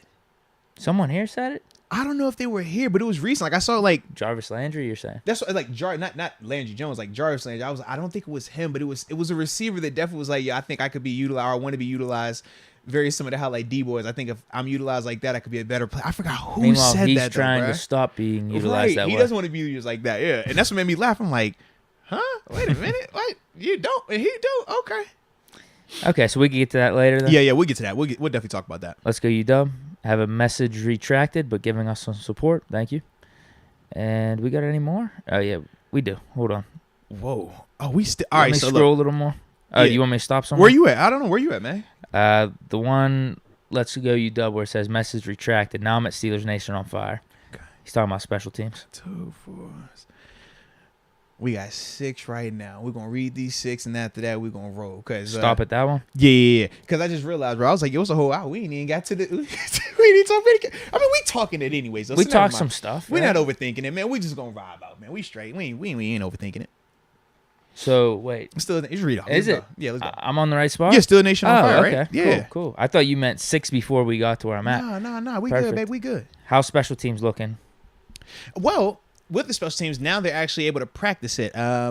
During the OTA portion, they didn't really do any of the practicing of it. It would be more so they would it wasn't even a full walkthrough. It was more so just you guys line up and we're going to talk about it, but they really weren't even practicing it to that level or even staying out there extra for it. Whereas now that it's mini camp, it's like a traditional practice. So they spend a good amount of time out there, man. And during this time, it's great to see. But at the same time, you're not seeing the special teams in the sense of, yo, they look like a great unit, because the way Danny Smith implements his install, he's not going to do any full 11-on-11 team stuff for special teams. Everything is individualized drills. So, yeah, you're seeing all the guys work. You're seeing a lot of the young guys out there, which is good. And I obviously think they're all moving well, but we're going to see what that looks like in terms of how they're developing once training camp gets in, they put the pads on. Because Danny Smith, he just doesn't want to do 11-on-11 if you don't have shoulder pads, because for special teams, you need to be going full speed. You need to feel, hey, if I'm trying to protect this punt, I need to know what it feels like when this guy's rushing through this A gap, this guy's rushing through this B gap, because I'm not an offensive lineman. I'm not used to blocking people. A lot of guys that are on special teams right now, running backs, wide receivers, linebackers, safeties, not guys that block for a living, not guys that are used to doing this for a living. So right now, for some of these guys, their first time it's ever been introduced to them. I'm looking at Mateo Durant. He was on up at the wing. I'm like, whew, boy, you could tell this your first time. But that's what it's supposed to look like. By the time we get to the preseason, he's going to be night and day. He'll be drastically improved. But that's why when you're like, hey, man, how are they looking? It's just hard to give like an analysis to that standpoint just yet, because they're not like the way Danny Smith operates, where I'm just watching and basically, hey, if it's 10 of you guys that play, or 5 of you guys that play this position, well, all 5 of you guys are going to be running on this cone doing this one particular thing. Or it's going to be, hey, you line up against him, but all I want you to do, you're going to go right, and from there, you're going to work this move and go back. So it's premeditated, but you're developing a skill, and all of these little skills that Danny Smith teaches during this time of year are what ultimately help you be a good special teams player by the time you get to training camp, preseason games, and then the regular season ultimately. But that's just how he builds it up. Not everybody does it. Some places, man, they have dudes out there right now, full go 11 on 11, and you like, bro, we in T-shirts. This is not cutting it. Or you get that false sense of security. Oh, man, I blocked the heck out that dude. I had my hands on the top of his shoulders. Listen, bro, if your hands up here on punt, nah, you ain't blocked that, man. Trust me on that, baby. You ain't blocked that, man. That's a block punt. But you got to feel it. And you're not going to feel that until you put the pads on. Danny Smith. Yeah. Got the Danny, troops man. organized. Nah, shout out to Danny, and in man. a good spot. Yeah. Roger Peavy. Moats, can you please explain how in the world the Rams have enough cap space to be able to sign all those guys while we got a penny pinch? Elaborate. I'm still trying to figure out how the Rams do what the Rams do with their salary cap, bro. Well, Yeah. I pulled up the Rams on overthecap.com, and they are just kicking the can down the road is my best explanation, because their highest cap hit right now is Aaron Donald at $24 million. And they even just though he signed for $30 million a year. Yeah. So the cap number right now is 24. Well, because with a new deal, you can push that, or you can disperse it over the years. Yeah. Allen Robinson, who they just signed, is a $4.3 million cap hit. Yeah. He's in the double digits per year, right? They Cooper Kupp, that can. he's at $18 million. He's got a new deal coming up. Yeah. So they're kind of lucky with that situation, that timing. Matt Stafford signed a $40 million a year deal. His cap hit this year is $13.5 million. Yeah. So, yeah, they're all in on this year pretty much. They're not going to be able to keep all these guys. There's no way. But they do that every year. Think about it. This is not new. They've been doing that when they paid Gurley, and then when they paid Goff. Then they started to do this. Oh, all right, we're going to short-term rental. Who can we bring in? High-end talent. We'll kick it down the line. But they got a Super Bowl out of it. So it's clearly a success because they have a Lombardi. They went to 2-1-1. That's a dub. That's a win. And it's very different than the approach that the Seahawks did. Remember, the Seahawks did it the other way. We're going to have rookie quarterback, build up everything else, and then we're going to go. They went twice, 1-1. We saw the Rams take the other approach. Hey, we're going to just buy our way to it. And it worked out, man. Yeah. Sean McCartney, have you talked to Flores or noticed anything in particular on his coaching? I have not talked to Flores just yet. But in terms of, anything on his particular coach, and I talked about it a little bit earlier in terms of how the guys have communicated to me, just his impact, how they feel that added presence. And I kind of talked about the intangibles of just having another head coach, a proven guy that has, not a guy that we say, oh, he's a candidate. Oh, he could be. No. This guy was a head coach and still legitimately should be a head coach. That's the stuff that, is very high, and that's what all the guys are really, liking a lot right now. But for me personally, I have not had any one-on-one interaction with him just yet. I plan on it one of these days, man. I ain't gonna get down there though, bro. And it's like, it's kind of like every day is a homecoming. Imagine if you I don't know how it is when you go back to your high school, but you probably get like a lot. I haven't been back in a while. Okay. So like for me, like whenever I go back to the high school or back to my college, like, yo, it's always like a lot of love. Coaches, players, training staff, custodians, everybody. So when I go down there, bro, it's like that every day. It's like, oh man, I ain't seen you since yesterday. Man, give us a love, man. I ain't talking, man. And so by the time I see Flores, it's like usually too late because I'm like, man, I gotta actually get ready to work. He's out there on the field now. I'm gonna just holler at you guys. But that's the vibe, bro.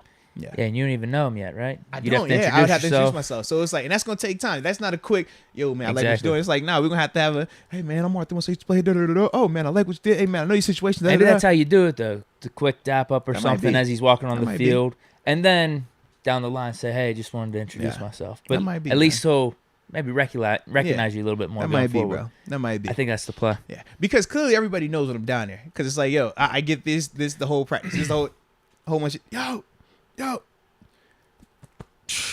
You know what I mean? So that part is there. But yeah, I don't know Flores like that, man. I'll introduce myself one day, man. Let's go, UW. Why not move the Pro Bowl to mid-season and a 2-week time off? Nah. We mess. That I thought of that concept obviously with like the MLB and even how basketball they have theirs in the middle of the season. Football is just way too physical of a sport, man. And when you're talking about in season, guys are already dealing with enough, and you always are trying to recover from the previous weeks.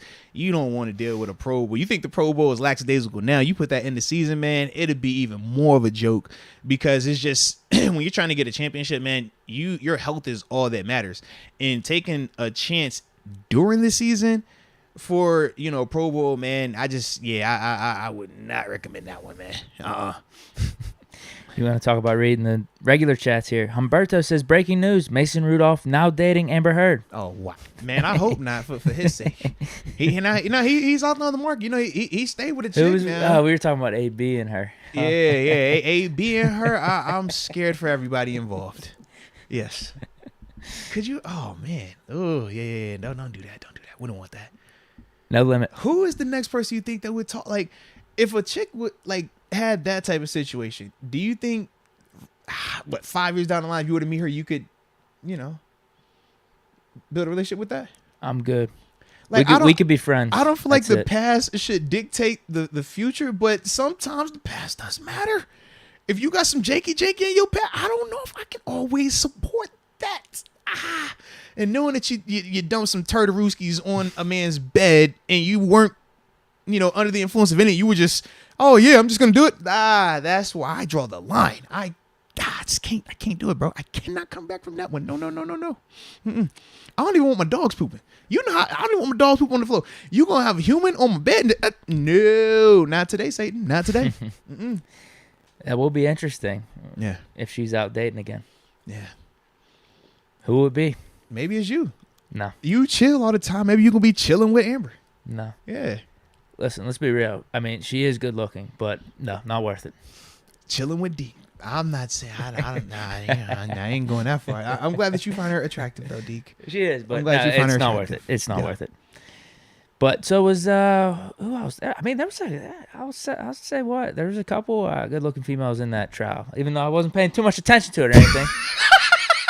Johnny Depp's lawyer, right? Hey, yo, I don't know what you're talking about. Johnny Depp's lawyer. Was there a brunette in there too? Maybe? Oh, that's your thing? I don't know. Oh, wait. I wasn't paying that much attention to it.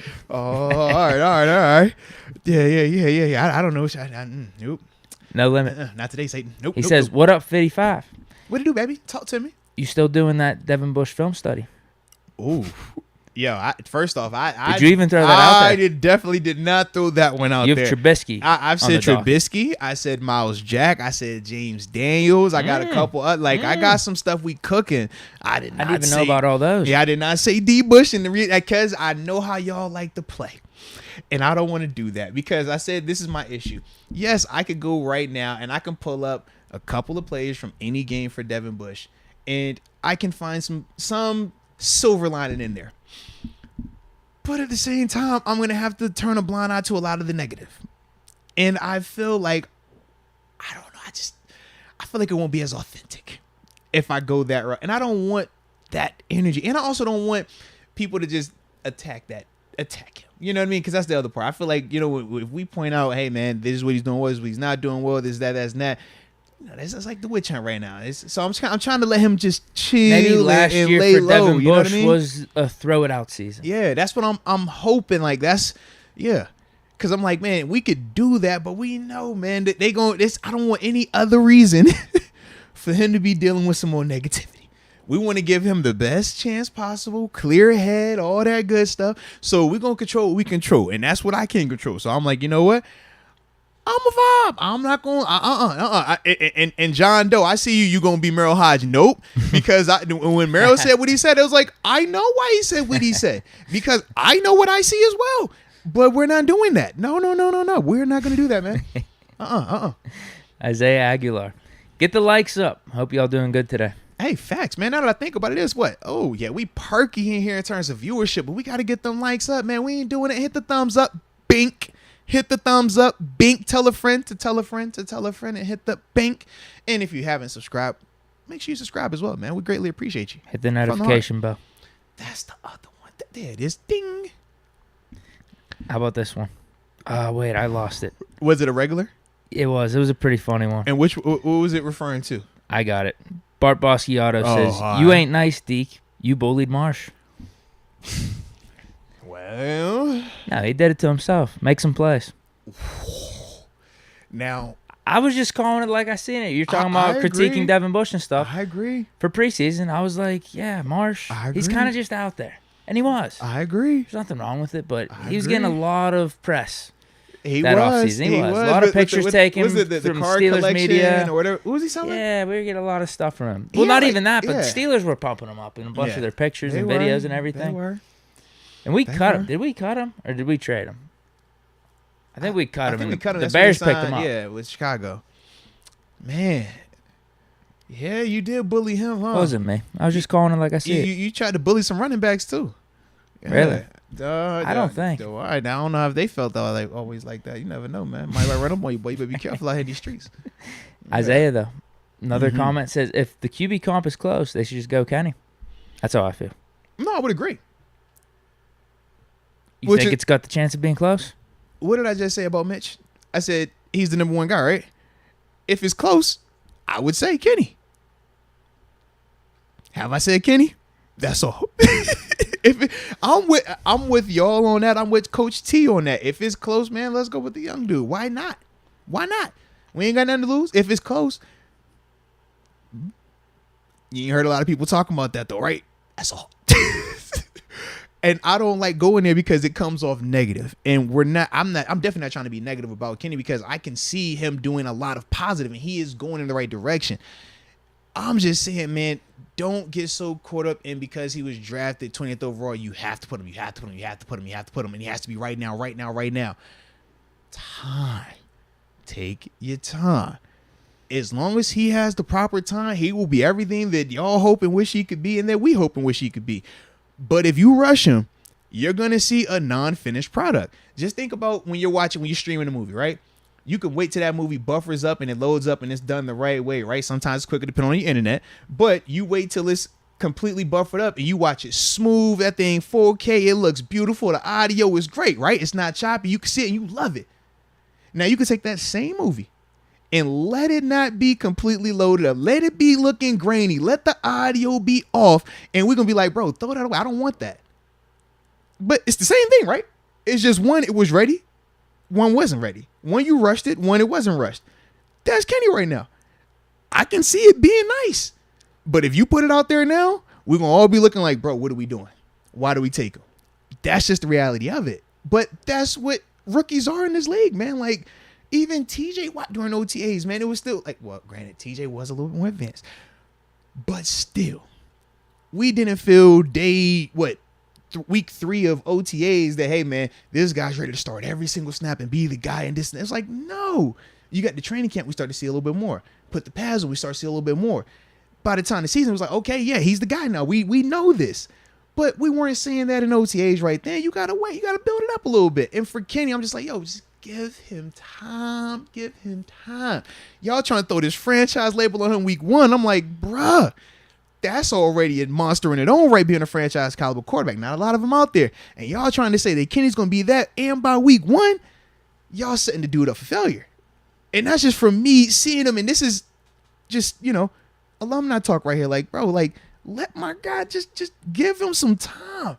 Because I don't want y'all to view him and then be like, yo, he's a bust like this first round, like that first round pick, like that first round pick, like this first guy, like that guy. It's like, well, if you throw him out there right now solely because he was drafted 20th overall, because he went to Pitt and all this other stuff, 3 weeks in, we all going to be feeling like that. We're like, yo, what are we doing? Why do we do this? Well, at least from my perspective. Not from everybody, but that's my perspective. Let's see him prove it in training camp. Yeah. But I got 2 things with that. One, to your point, is you even had guys that are surefire things coming out in the rookie seasons, like Trevor Lawrence. Yeah, struggling. Absolutely, man. Zach Wilson normal. last year, struggling. It happens. Justin Fields, struggling. It happens, bro. But you also do have sometimes the scenarios of the Mac Jones, the Dak Prescott, the Big Ben. Yeah. Other dudes that have it, like Derek Carr even, he was a second-round pick, having good rookie seasons. I think, to your point, is just don't rush it, though. Exactly. Just don't rush it. And in all of those situations, when you talk about the Dak Prescott one, they weren't asking Dak to be the guy. They were playing through Zeke. They were taking their time. They were not having him throw the ball. That's not your energy. That's not anybody's energy that talks Kenny. It's like, oh, let him throw it. He can throw it. He should have won the Heisman. He can. Okay. They let Trevor Lawrence throw it as well. I mean, he has nothing down there. I think we have a good system around a rookie You don't even believe in Canada, so how could it be the good system? We got talent, but you don't know the system. system. As in the players. Oh, I'm about to say Sometimes that. the players make the system. Najee's going to be making Canada look good this year, maybe. Yeah, bruh. No, I think he'd be fine. I think he would. This is just me right now. I think he'd do fine in training camp. Obviously, we're talking about him being a hard worker. He's got those type of intangibles and stuff. He's doing everything right. But we do got to see how he stacks up against the quarterback competition right now in Trubisky and Mason. I do wonder if it'd be different, though, because, like, even with Burrow. So, like, he came in his rookie year. He didn't have anyone around him. Right. It was just some Dalton bums was there behind first, him. and then they moved They Dalton. traded Remember that. They got rid of him. So it was like some scrub backups. Yeah. I do wonder if we drafted Kenny and we didn't have anyone else. Yeah, that's a different conversation. If you're talking about him versus Mason, now this whole, is it close? Oh, go with the young guy. That's a different conversation. Now you could legitimately make an argument for that because you can say, well, hey, Kenny can do something that Mason can't do. Even though Mason is better at this, Mason can't do this that Kenny can. And if Kenny can continue to close this gap, he'll be the better player right here. That's fine. But that's not the conversation when you're talking about Mitch. Because Mitch is already, he does both of those things, but he's already clearly better at both of those things because he's just been doing it longer. Not that saying that he's going to have the better career, but just he's already been doing it for a couple of years in the league. Yeah. Yeah. My thing is, I don't think if a quarterback that you draft that you're hoping to be the franchise struggles in year one necessarily means they're going to be bad for their career, though, too. Just depends on how you view it, man. Yeah, how patient are you? Well, here's the funny thing, though, because there's some guys that come out guns blazing early on. I would but agree. then they have sucky NFL careers. Yeah. There's some guys like Peyton Manning sucked his rookie year.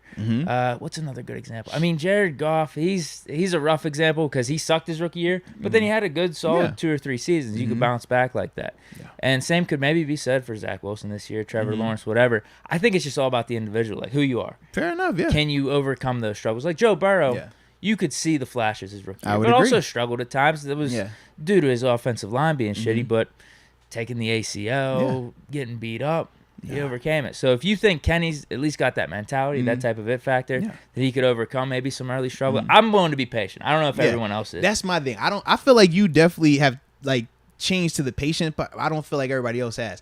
And I feel like the guys that have been privileged enough to come down and see OTAs and see minicamp, we've all jumped on that of, yo, let that dude take some time, bro.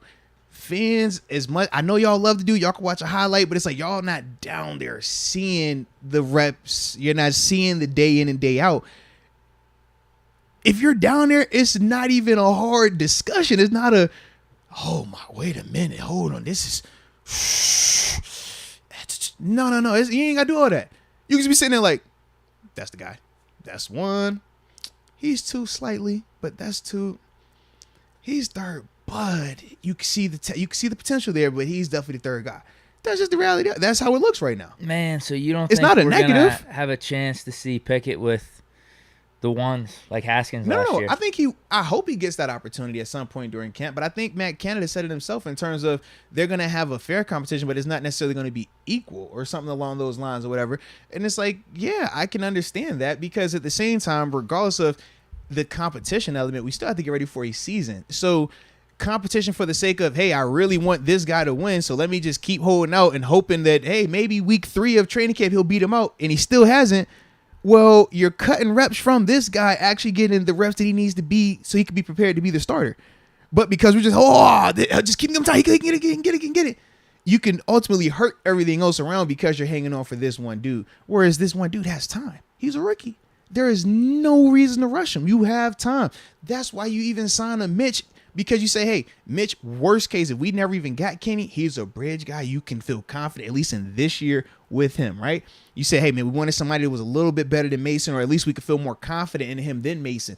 That's what Trubisky is. Not a world beater, but you feel confident that he can get it done if you had to play him. Well, Why have him if you're not going to use him in this moment? Why try to throw out a Kenny and rush him and ultimately get negative moments in him? And now you're trying to redo that. You're trying to take that back. All right, I know you did that. I know you felt that. I know you in your mind, you got these negative things that have happened to you. But now we're going to work on you forgetting that because we put you out there too soon. It's like, nah, that's what your biscuit's here for. Use him. If it's just 4 weeks, cool. And Kenny's up to speed and he's ready to go, great. If it's 10 weeks, cool, great. If it's the season, cool. But you know you have Kenny. You know what that is. Him developing, that's not going to hurt you. Him sitting and taking time, that's not going to hurt you. And as long as you got a guy that you feel confident in, like Mitch has been showing during OTAs. Now, we know when you get to the preseason, that's another evaluation. When you're playing against other teams, it's another evaluation. We'll have to see how he responds. But based on everything we've seen thus far, it's like, man, there's no reason to pull this guy out of the 1 seat unless you just have some just love fest for this guy. Then you're like, I don't care about who's winning the competition. I don't care about who's more consistent. I don't care who's the leader. I just want that guy out there. If that's the case, well, then, hey, go ahead, put him out there. We ain't worried about it then. Hey, cool. Hey, whatever happens, happens. But if you're really trying to win, number one, for the team, and then number two, have this young player actually develop and have a successful career, it's like, bro, take your time. From my perspective, at least. Yeah. I'm trying to think if I have anything else to add to that. No, I don't think I do. I think it was good. No, it was a vibe, though. I should have just been put up this little mini camp thing, man, since we've been talking about everything included in this thing, but it's all love. We ain't tripping. I feel like I had something. I forgot about it. It's going to come back to you. You know that. Oh. Yes, here it is.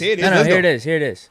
Well, the Steelers handling it this way isn't much of a surprise to me. Well, here's the thing. I've only been alive for how many years? 28 years.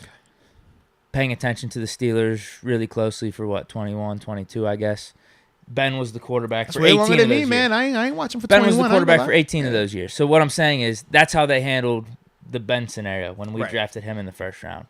We were planning on sitting him probably the whole year, but Maddox got hurt in week 2.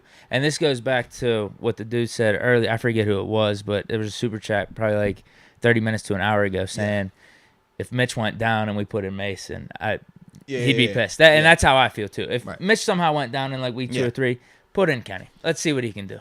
And like I said, I'm willing to take that risk if he's not so-called ready. But to me, that's a different argument. If we're talking about Mitch getting hurt and now you're making that switch, because we already are saying, okay, you're picking between Kenny and Mason. All right, if it's close, go with the young guy. You heard what I said. I said, man, I like Mitch. If it wasn't Mitch and it was just Mason and Kenny, well, now it's like, hey, that's kind of close because this dude has this part, the athletic ability, but the arm is catching up to where Mason is. Mason has the arm, but he doesn't have the athletic ability. Kenny can catch up to the arm. Mason is never going to be able to catch up to the athletic ability. So in that case where it gets close, yes, you do side with Kenny. But when you're talking about Kenny versus Mitch right now, show me or tell me, explain to me how Kenny is a better player today for the team than Mitch. I need more OTA tape is what I need. That's my hiccup. I'm like, we can't go leadership. We can't go intangibles. We can't go throwing. We can't go athletic ability. So it's like, where is this like, hey, this is the selling point of why I want him over him. I can see it with Mason.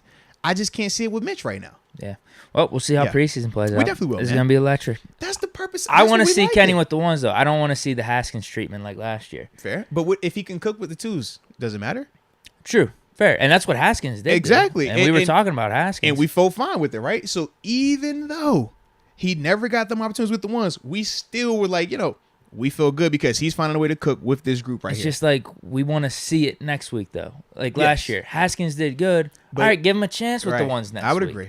That's what I want to see this year. If Kenny's cooking, bump him up. But you also have to remember, they weren't just evaluating Haskins. They were also evaluating Rudolph. And I think as much as I know what you're saying, and I do want to see that as well, I'm still not going to get my hopes up because they're still going to be evaluating Mitch Trubisky to see, hey, can you be our guy? We feel like you're our leader right now. You've led us through OTAs. You've led us through minicamp. Can you do that back-to-back weeks throughout the preseason? We got 3 preseason games. You're probably going to play in 2 of them, probably sit the last one. Can you be that guy? So that's the other part where I'm like, as much as I would like to see them rotate them guys, I want to see all 3 of them dudes get this opportunity. to really know. I just don't know if they're going to do that though, because they still have to prepare for a season and they want to have some type of continuity, some type of, hey, we got an idea of this being our guy. Let's start window just to start getting that, and then we can go to the season. Because all we're saying is this is the week 1 starter. Just because you start week 1 does not mean you're going to be the starter in week 10. Does not mean you're the starter by week 5. Doesn't mean you're the starter but at the end of the season.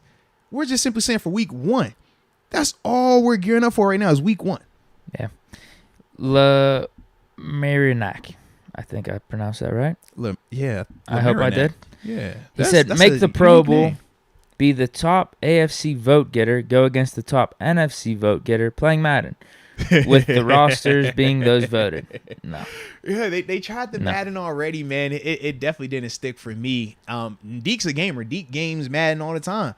And, yeah, it didn't stick for him, bro. Yeah. I'd rather watch me play Madden, honestly. I'm not gonna lie, I'm part of that generation as well. I'd rather play myself. I feel like the younger generation. I'm saying I'd rather watch a old video tape of you myself. Play, right? That's what playing. I'm saying. But it's you though, right? That's what I'm saying. Like I'd watch one from last year. Even. I would rather watch myself or me play than me watch one of them play. I'm with you, bro. AJ Martinez, Deke is wild. I second that from the chat. Deke Diggler got to hang out with Tits 10. Oh, you freaky deaky like that, bro? What you got out here, 69? Wait, so me and Mitch just going out to the bar? Hey, man. He's married, though. I mean, he's got a kid and everything. Yeah, so that means... He's my wingman? Yes. He's not there for any trouble. He's there to make sure you get home safely. But, they're going to come to him. They're going to say, oh, you're Mr. Trubisky. And you know what he's going to say? Yo, did you meet my friend? It's my friend Deke right here, man. And that's how it works, bro. Yeah. That's how it works.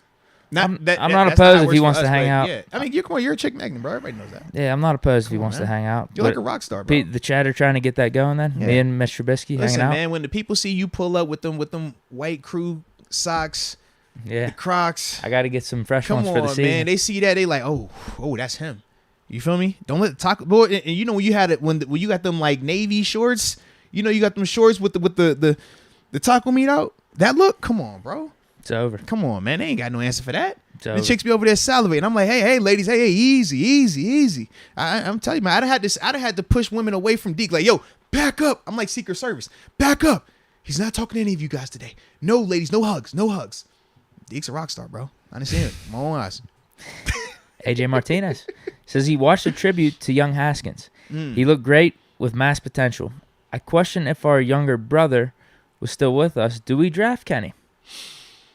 Well, that is something that we had talked about. We said that we knew that they wanted to take a quarterback. At least they wanted to take somebody because we said they were going to take four. Maybe we have don't four guys draft going in. Yeah, that probably could have been it because that would have been 3, and then Kenny would have still been 4. So, yeah, I don't really know how they would. We didn't have Haskins on a long-term contract. Neither do we have also, Mason. But it was also I felt like we kind of had that roller coaster of before we signed Mitch.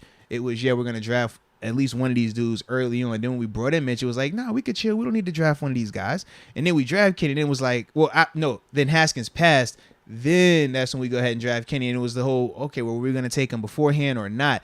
That's the part for me where I genuinely do not know. Because even though Haskins wasn't a rookie, he still was a first-round talent, just a couple years removed from that. And obviously a lot of people were high on him. So what was their thought process with him? Unfortunately, we will never know because Haskins passed away.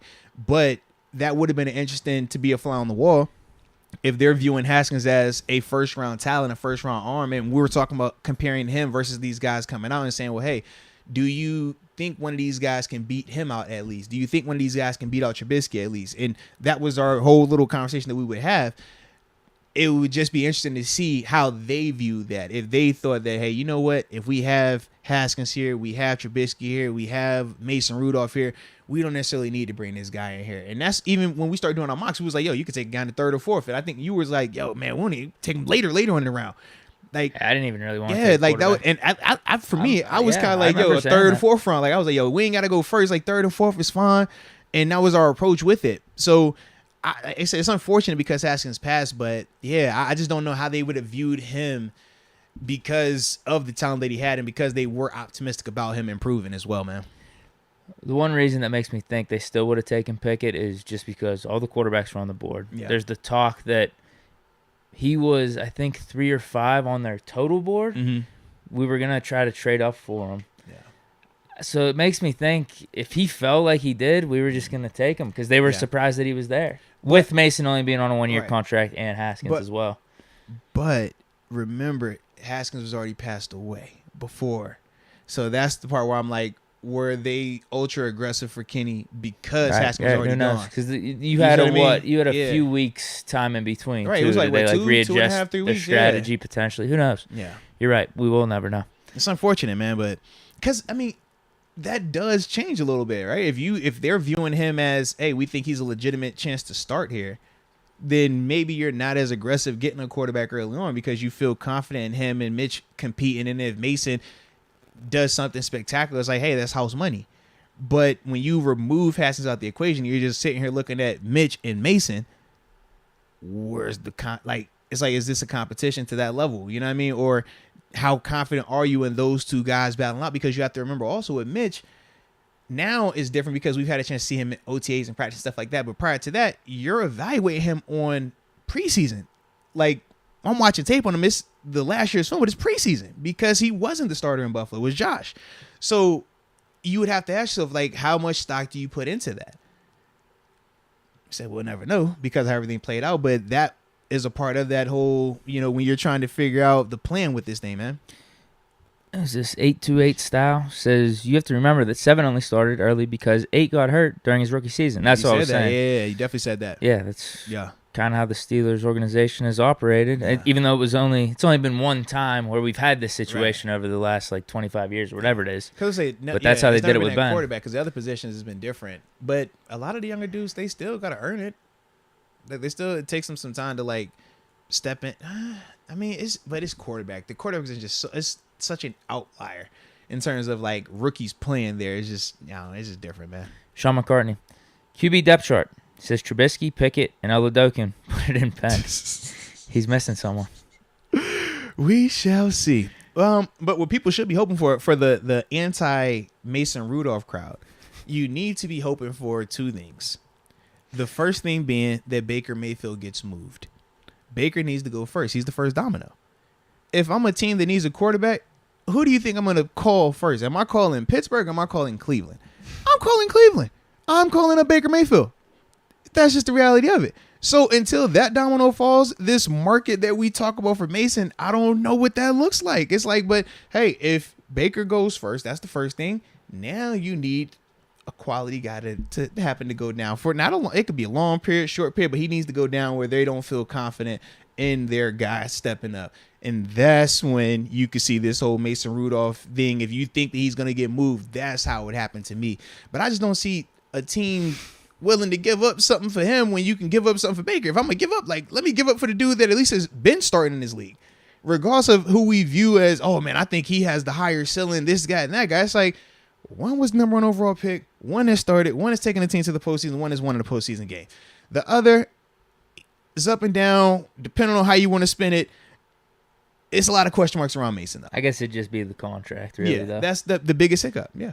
But Browns, they got to be, I guess they're keeping Baker around just in case Watson gets suspended or something. Because, but they're never going to be able to go back to Baker. It actually would be in Baker's best interest to play. No, it would, but why would you, though? To Baker, you're looking at this no different than how Deshaun looked at the Texans last year when he said, I am not going to play another down for you guys. I understand why you'd hold the grudge, but honestly, if you're Baker, if you actually had a window to play like 5 or 6 games, that could be your chance to win like the fans over, wins the fans back over, like but you don't want, stick it to the Browns franchise. Why would you want I guess you'd be winning for the Browns franchise though, if you're playing good. I get it. I get the whole grudge part of it. I do get it. And why am I going to give it up to you fans that were the first ones to talk about now that we got Watson, get him up out of here? That'd be like Kenny go down, Mitch go down, and we turn into Mason like, hey, Mason, we believe in you. Mason, you should ball off so you can win the crowd back. F y'all. I'm out of here, bro. Y'all do it. Y'all get it how y'all live, man. I'm straight. Like, yeah. Yeah, but you're right. Baker Mayfield in terms of quarterbacks that might be on the market. Yeah. You're right. Baker, then I guess it would be Mason. I don't know if there's serious talks about the Falcons potentially trading Mariota. Darnold. Why would they be? Oh, man. I don't think they're going to get rid of Mariota. Goff on the trade block, maybe. But once again, like if you're Detroit, are you saying, hey, we're going to move him from Goff to bring in Mason Rudolph?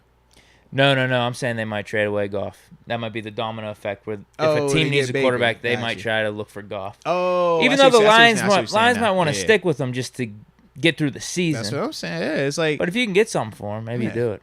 But I don't see a lot of teams that are trying to give away who they view as their QB1 right now. That's the other part of it. Yeah, because that'd be really difficult for the Lions. If they he didn't play terrible last year. Not at all. He's not good, an elite quarterback, but he's a good quarterback. But when you have good quarterback without talent around him, he got him through the season. Yeah. Got him competitive in some of these games, particularly ours. Somehow we tied that, but yeah. And Dan Campbell's mentality. Because 30-10 was that quarterback, right? Right. Well, Dan Campbell is definitely not the guy who's taking on a tanking attitude or tanking mentality. Not at all. He's been very clear about that. Adamant at times.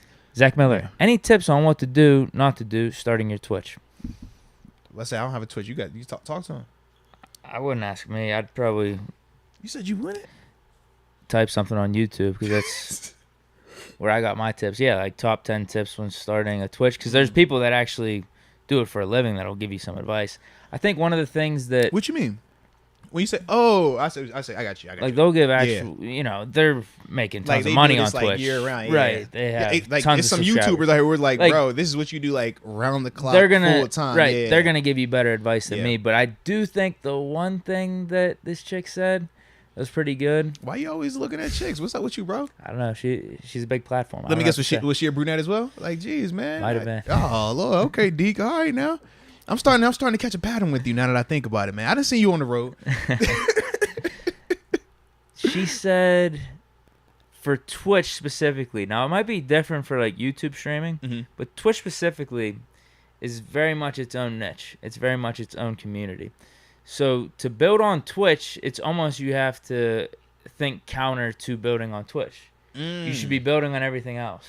Okay. For people to want to go follow you on Twitch. It's weird. That's the one thing she said. Okay. And I kind of was like, okay, it does in a way make sense because Twitch is in its own thing, whereas YouTube is very much algorithmic based, keyword based, where people could find you on there. Whereas Twitch is different. Yeah, Twitch is like you gotta know what you're looking for. Like I gotta go there. Whereas YouTube, man, you catch that you could be on other platforms. You gonna just YouTube up, all right, boom, and everything's like intertwined, all that good stuff. But man. I would say don't let that phase you. Just do it. That's my one. Actually, that's probably my advice, and you would even maybe agree with this, to anything you want to start, whether it's do it, bro. Online, internet, streaming, whatever the hell it is, starting a brand, starting a business, just do it. Yeah, whether it's YouTube, Twitch, like Patreon, that's another platform give it a legitimate chance. Yeah, because all of the platforms, man, they all have pros and cons to them. They all going to have something that you like in terms of convenience, in terms of user ability.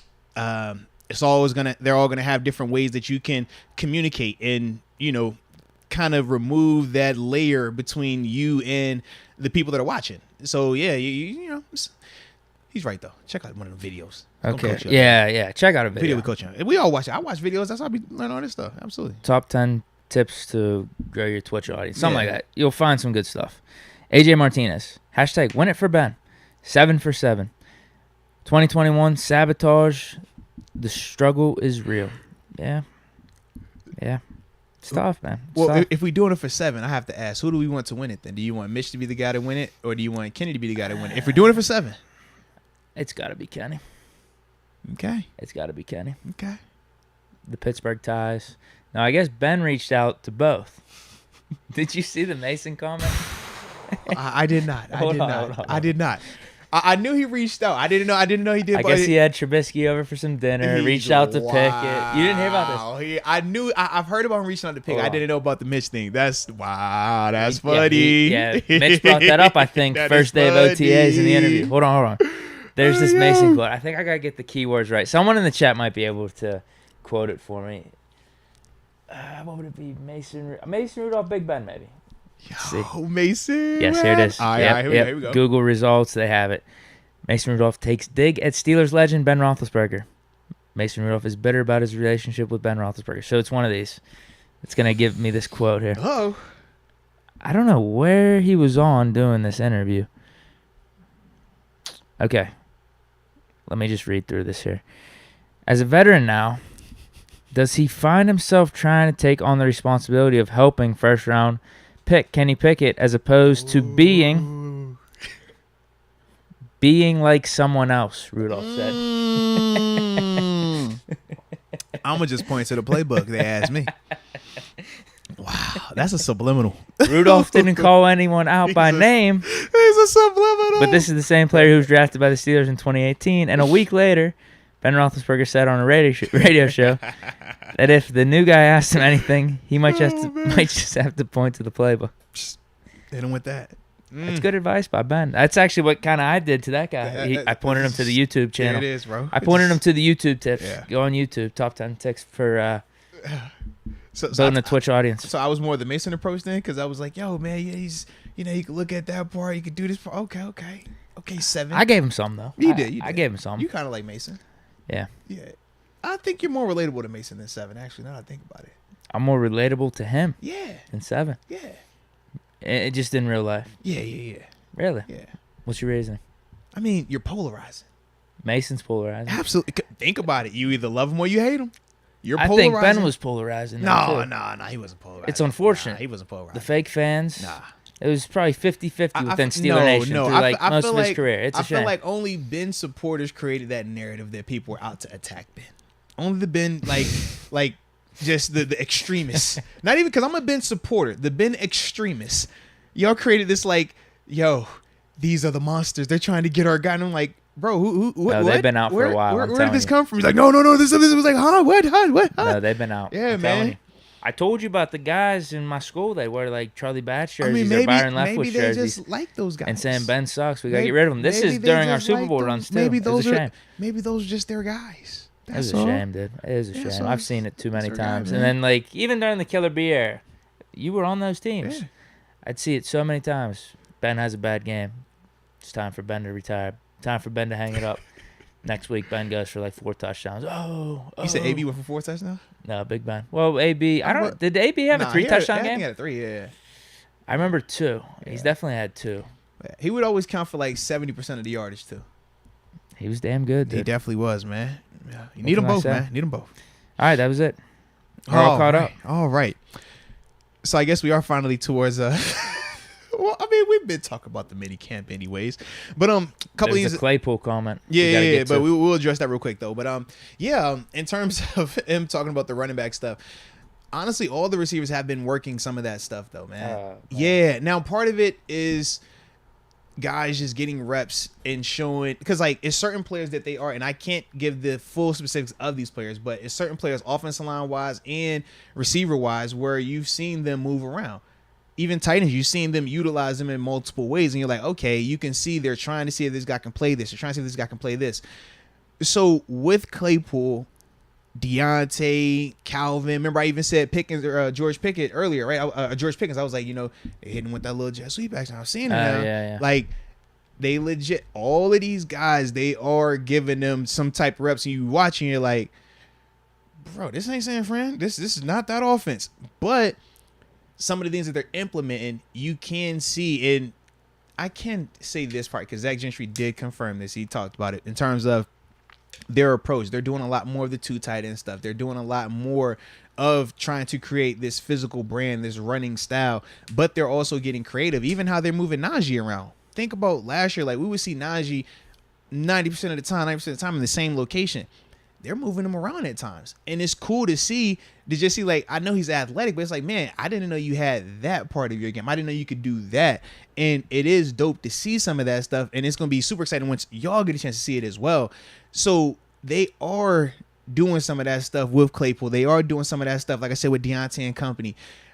Part of it is, though, I think that they're just trying to see who can do it versus who can't do it. And then from there, they'll go down that list of, okay, who does it the best? All right, who can we move there where we can still fill his spot here and we can make this thing work? They're filling all that out. So you're seeing, or at least I'm seeing them do that with multiple guys. So don't just think of it like, oh, man, we're trying to make Claypool into a Debo, or we're trying to do this with Claypool. It's like, nah, we using multiple people and just trying to see who can do what the best. Some of these guys look smooth on these running motions. Some of these guys look smooth getting a handoff. Others, you're like, that's probably a one and done for you. Then other guys, you're like, oh man, I didn't know this guy could move like that. I didn't know that he looked that natural with the ball. You're also getting that part. And that's the part where it's a little bit of a surprise. Like, I would have never thought that you would be a guy that could do that. But now seeing that, it's like, okay, I can see us building this. And if you add that with this combo, man, now we're on to something. But once again, it's like, we got to see it work. We got to see, the more it works, the more you'll get more of that type of stuff. If they do it a couple of times and we got fumbles and all that other, like when we saw the Jets, remember last year in the preseason early on, it was like, yo, we kept mixing up the Jets. It was like, yo, I hate it. Don't run it no more. If it's looking like that, they'll shy away from it. But if it goes to what it's supposed to look like in certain situations, like we saw during the season where we laughed and was like, well, low key, the Jet sweep was like one of our better plays, bro. 70% of the time it worked last year. I think. So if it gets to that point, then it's like, yo, this is what we're going to roll with. Like, we're going to add some more of that. So right now, once again, controlled setting, no pads. You don't have to worry about D linemen. You don't have to worry about guys hitting guys in certain capacities, because it's a difference when you getting that ball behind the line of scrimmage, whether you're going laterally or north and south versus when you're a receiver catching it downfield. Wait, two totally different types of contact. We got to see what that looks like when they put the pads on. So right now, yeah, you're getting that. Offensive line, you're getting some guys moving around. The one dude, though, I hope I don't get in trouble for this, but I'm going to throw it anyways. Connor Hayward. It's late in the podcast. They won't find it. Yeah, that's what I'm hoping. Connor Hayward, though. He's the one where it's like, I feel like I can't confirm that they have. I can't confirm that they have a plan, but based on what I've been seeing, I'm like, bro, they're not treating him like just some any old run-of-the-mill dude. Like, first off, the grouping that you're with, I'm looking at the group that you go out with specifically and who you rotate with specifically, and I'm like, they not doing that with everybody. And then I'm looking at what they're asking him to do from a mental standpoint of, can you align here and execute that? Can you align there and execute that? Can you align here and I'm seeing this. I'm like, okay, I'm and thumbs up on his performance. I wish I could share all of what, like, but it's like, okay, I'm liking what I'm seeing right now. Now, granted, we got to see the pads and stuff like that, but in terms of what they're asking him to do offensively versus what I'm actually seeing from him, I'm like, yo, I think that could be something. And I think that they believe it could be something just based on what they're allowing him to try out right now and the different things they're trying to put on his plate. And it's not just at one spot either. Well, there was that one guy in the chat. What was it, a podcast or two ago that said, watch out for Connor Hayward. I don't know if he was referencing a former Canada offense or another offense that Canada's going to try to emulate that used a guy like Connor Hayward when in I their tell offense. you, he looks very natural. Someone told us to watch out for it. Dude, you got to give him props. Like, no exaggeration, man. I watch him, I'm like, yo, he looks very natural doing the things they're asking him to do. Whoa. Whether it's going out for routes, whether it's handling the ball, movement, point guy, it's like, okay, y'all are doing a little bit too much trying stuff with him for it not to be some type of, legitimacy to that. So the brother connection maybe got him in the door. Yeah. But he's holding his own. Yeah, I did want to say that. I actually had that in my note today. I was like, yo, first I was like, the one dude was Najee. I was like, man, seeing how they're doing some stuff with him, I was like, man, I can't give you all the details on it, and I wouldn't want to because, somebody might be out there and they start game plan for Najee. Man, wait till the season, then y'all can figure that out. But it's certain things they're doing with him. I'm like, bro, like, if he's doing that, that's a whole nother element. That's something that nobody was seeing that last year that I think that could really add a new wrinkle to this offense, stuff like that. But then looking at who they were pairing him with at times, and that was the other part, because it's like, all right, I'm seeing, not always Benny out there. Sometimes, we go in a little different direction. I'm like, oh, okay. Now, granted, we still got to wait. Booth maybe now, granted, we still have to wait. We still got to wait. But it's just like, man, I'm liking the mindset, at least, of where we're going with this offense. Canada's next Sean McVay. See. What? Canada's the next Kyle Shanahan. As much as I want to be like, yo, I'm not throwing that out there. First off, I'll say it like this, though. It is different. Now, when you talk about Kyle Shanahan and McVay, Canada, to me, is going to be more in line with Shanahan than McVay. Just think about those two offenses. Think about Rams offense. Think about Niners offense. So both can get it done, but they both do it very differently.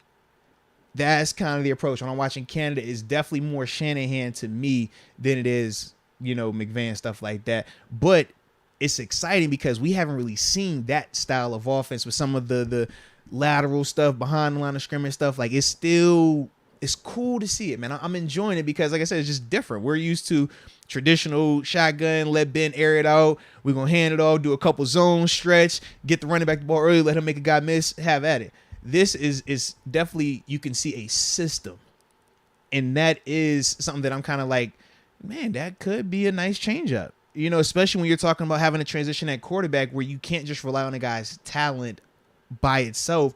Yeah, it's like, man, let me see how good this system is. Let me see how well the system works. And if the system works well, then great. And if you're able to say, you know what, it worked well with this guy, but once he develops, that's a whole nother wrinkle that can make it even better. Well, now it's like, oh, this is a great situation. And I'm a little bit more optimistic, or at least I'm getting optimistic because I'm saying to myself, man, if you can get this accomplished this season, where you get that foundation, where we feel confident, now you're looking at potentially growing multiple years with this group, because all your core players on offense are young. They're young, bro.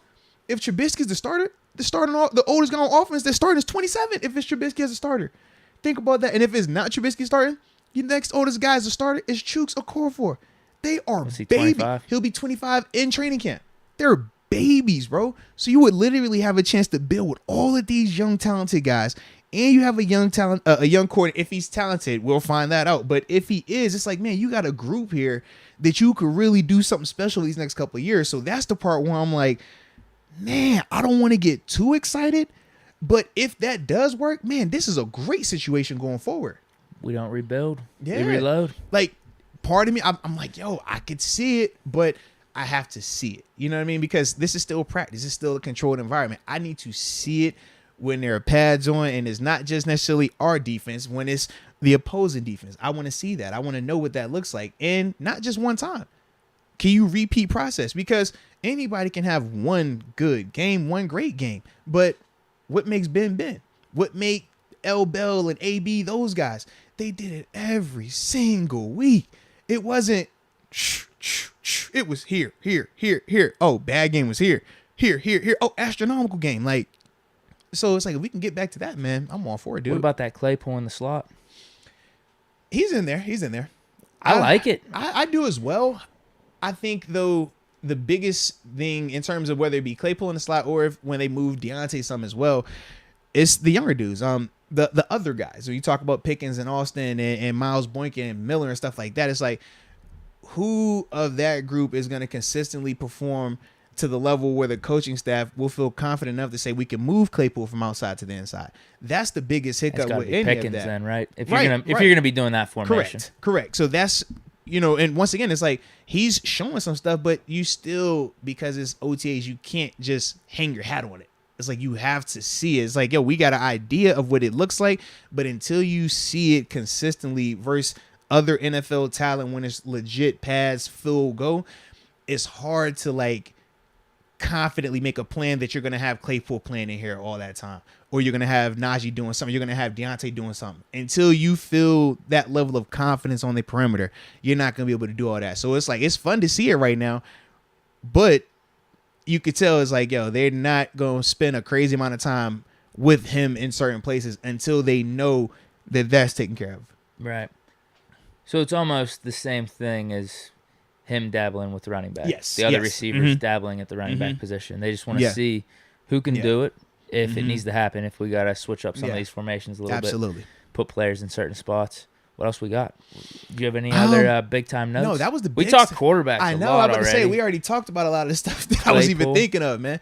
Yeah, because my other thing, like I said, was Connor, and then just this... The whole Shanahan, I didn't even know you were going to bring Kyle Shanahan up, but to me, it was a borderline joke. Yeah, because for me, it was more so just watching and just saying that, hey, man, I am starting to see a legit identity of how they're trying to approach it. And, like I said, it was already confirmed with Gentry, in terms of these two tight end, bigger body settings. But even with that, like, it's still movement. It's still a ton of that going on as well. Like, it's a cool concept to watch right now. But it's still shirts and shorts. I'll be even more excited when I get to see this in shoulder pads and helmets. Like, I'm not gonna. I'm kind of low key past this mini camp part. I'm like, bro, Good, it's the last day. yeah. I'm like, Is it man, tomorrow, like, you said? tomorrow's the last day. So I'm Good. like, bro, let's get to these pads, bro, because it's like, it's only so many times you're gonna see the same stuff. Like at this stage, when you're talking 3 weeks of these practices, yeah, everybody has gotten to a certain level now where everything is gonna look a certain level of crispness. Now you got some guys that make, okay, he did a spec, oh that guy, but it's like at this stage, bro, I'm like, yo, put the pads on. Put the pads on, because now we can really see the growth that you took from OTA 1 to final day of minicamp. Now we can see that growth. But until then, it's still just kind of like, I'm excited, but I know this isn't all the way real just yet. So We're going to be in no man's land for the next like month and a half. I know, bro. Because we're not even going to have any of these side NFL topics. Yeah. NBA Finals is going to be done in like a week. Whereas last year, NBA Finals, I think it was extended, right? It was, Until like late June, July. So that was kind of nice. Yeah. But now we're just going to have to hope the Pirates maybe could keep it going. We could watch some of the Young Bucks. Yeah. We shall see. I mean, they've been all right, though, man. They won yesterday, right? Was it 7-0? Yeah. I just checked today. Their record's 24-29. So nothing to get too excited about yet. Wait till they get to 500. Yeah, but and once they get to 500, they're going to go on like a 10-game losing streak. That's how it always goes. Well. I've even talked I said, fam, we might have to pull up to a game. They've been playing well. We might pull up to a game, bro. We might. Yeah. I'm eyeing. In fact, I'm eyeing. It was the Giants. Because obviously, you know, wifey and her mom's from San Fran and stuff. I was like, you know, I might have to pull up to that one, man. Problem is, it's Father's Day weekend, and I don't know if like I'm gonna get in trouble for making plans because I don't really like think of it like that. Hey, how about this one? Has a little bit relation to minicamp. You see this headline? Ask that. Yeah, I was wondering if you were going to bring that up today, man. Steelers' Najee Harris expects to take time off as Pittsburgh looks to lessen his workload in 2022. Yeah. Now, I know when I first saw take what time does that off, mean? I was like, are you taking time off? Is he doing the NBA route? I was like, man, what you doing? You load management? You going I'm sit this game, play this game. I thought he was talking Kawhi for a second. I got nervous. Then I was like, all right, take time off. Tell Coach Tomlin I ain't going back in. You take off his jersey. I was like, what you mean take time? I was like, hold on now. What you gonna sit all training camp? What you time taking off? But then as I read more of it, essentially they're talking about just lightening his workload a little bit. Something that we've talked about before. The 380 something touches he had last year. It's just not conducive for a long and productive season. It's not conducive for him having multi-year career. Like that's a lot. That weighs on you, man. I remember what L Bell was like, and granted, L Bell was a machine during those years, but you could tell the toll it took on him after the fact. And with Najee, I think that they're remembering how that went, and they're saying, well, hey, if we are able to, let's lighten that. If we can pull him out in certain, and he said it to him. He also said, he was like, man, if there is, he's like, we're still trying to figure out those areas where I can come off the field. But he's like, I still want to play, but he's like, we're understanding that, hey, it's going to be some times where I'm going to need to come off. Largely, though, that is going to depend on what RB2 and RB3 look like. Right. If those guys are good enough and consistent enough and the team trusts them, yeah, they'll be able to they'll be able to give them some light and load. But if that's not the case, if they're not confident in those guys, Coach Tomlin is not going to pull Najee off that field. I remember when he would tell L. Bell, man, if we go in and you know, we divvying it up, cool. But if you hot, I'm gonna ride that. I'm gonna ride the hot hand. Saw it with LeGarrette, he ain't like it. We know how that ended. Saw it with D-Lo, D'Angelo Williams, he was fine with it, and it worked well for both parties, for all of us. That's just the part of the way Coach Tomlin is. He loves when he's running. He loves a bell cow. He doesn't like committee. He wants one guy. So it's gonna take a lot for him to willingly in game say, hey man, come on for a little bit, stay out for a little bit. Like you don't in these games, you know it's gonna be tight. You don't want to feel a drop off. So you got to make sure that guy that's going to be coming in for him can do that job and do it to a high enough level. We don't have a LeGarrette Blount or D'Angelo Williams. So if we didn't do it for them, I know, bro. We're doing it for the guys we have right now. And that's why we've talked about multiple times this offseason. Are the Steelers going to address RB2? And that market has shifted a little bit. Some of the guys that we talked about have already signed. Tariq Cohen hurt. Yeah. Are we believing in Benny Snell that much or whoever else we got? McFarland. Like, I just feel like it's going to be more of the same. Which isn't the worst thing for the team. It's not good for Najee, and it's not good for his longevity, though. Yeah, that's the issue, bro. But I was thinking this. Derrick Henry, and this is probably why maybe it's more in the Steelers' best interest of doing it now as opposed to just the player. I mean, some of his best years have come. Yep. Actually, his last 3 years have been his best years, Mhm. where he's already 4, 5, 6 years into the league. Yeah. The problem, though, the difference, as I'm looking at his Pro Football Reference, though, here's what his carries were his first 3 years: 110 in 2016, Yeah. 176 in 2017, 215 in 2018. Yeah. He didn't have the workload that he's getting right now, or that a lot of these other rookie running backs like Najee's getting Yeah, Najee whenever they already first come in had the that, league. yeah. Najee came in that thing going all pro. He said, "Give me the L Bell plan." Yeah, I want that. I'm like, bro, as a rookie, you almost have 400 touches. Think about that. As a rookie, that's a lot. I love it in theory. There's nothing a wrong with lot. it. You just gotta have a dude that can come in and you could trust. Yeah, because I think they were saying, it was a list of running backs they were pulling up with like all these carries. Zeke was up there, and they were saying like I think he was the only one that has lasted as long as he's lasted. When you talk about, But he ain't the same either.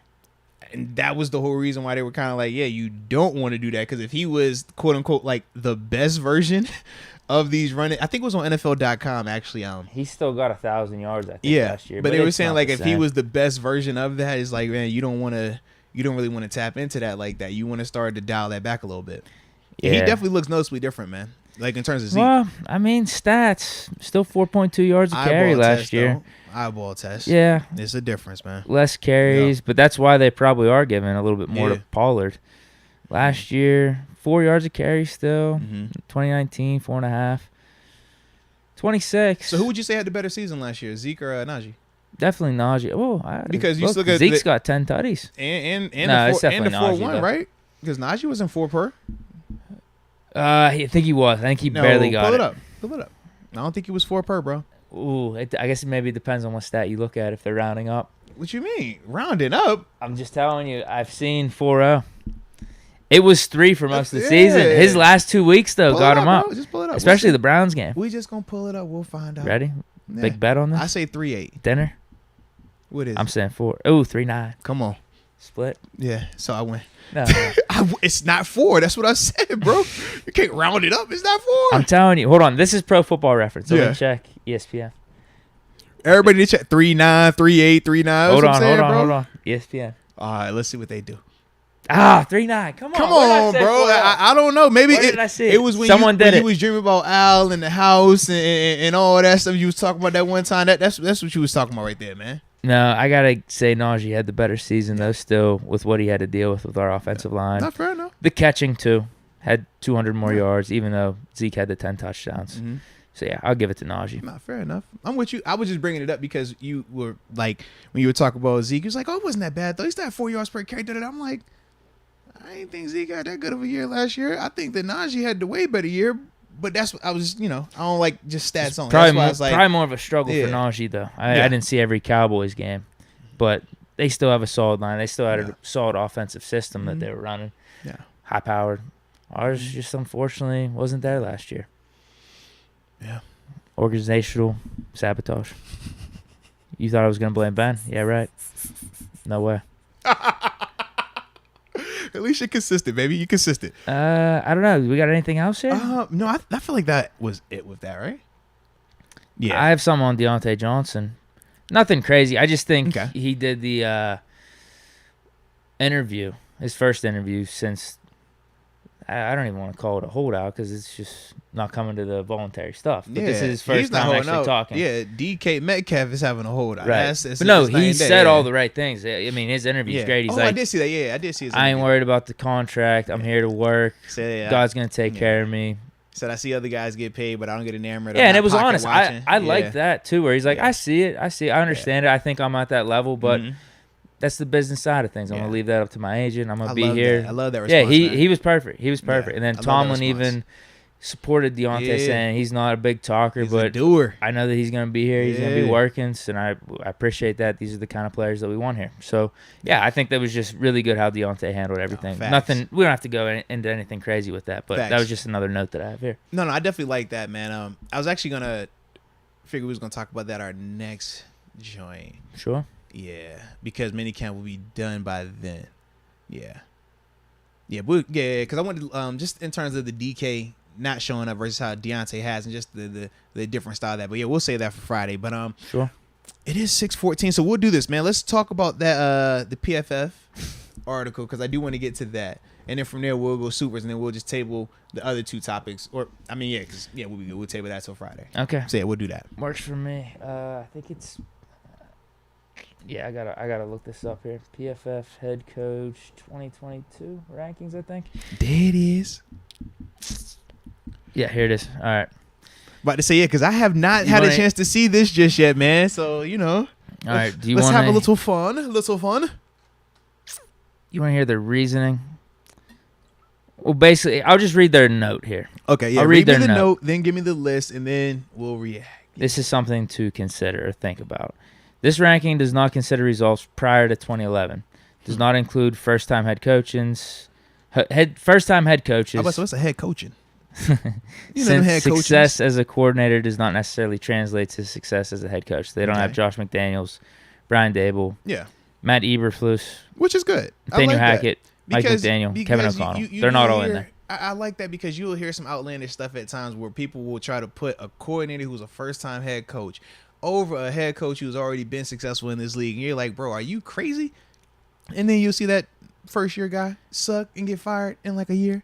And yeah. So I already have a problem with that note, not using results prior to 2011. Yeah, why did they? What was the purpose? Well, here's of the thing. The so this article is for 2022 coaches, how you would rank them. If this article said best head coaches over the past 10 years, that would make sense for using only results up to 2011. But if you're talking about this year, doesn't a coach's total experience play into how they are right now, even though it's not the biggest part? But I'm sure Tomlin can still pull from stuff that he learned his first couple years coaching. Same with Belichick, Andy Reid. Yeah. So I just find that really stupid and coincidental that 2011's like a couple years removed when we won a Super Bowl, and also the year after we went to the Super Bowl. So it's very convenient. There's that. I can see that. But anyway, the premise of the article is still coaches for 2022. Yeah. But it's not even Tomlin. So the Tomlin ranking's terrible, but there's other coaches where you're just going to be like, this list is bullshit. All right, so ready? Okay. They're tier 1 Hall of Fame coaches. Bill Belichick, John Harbaugh, Andy Reid. 1, 2, and 3. That's it?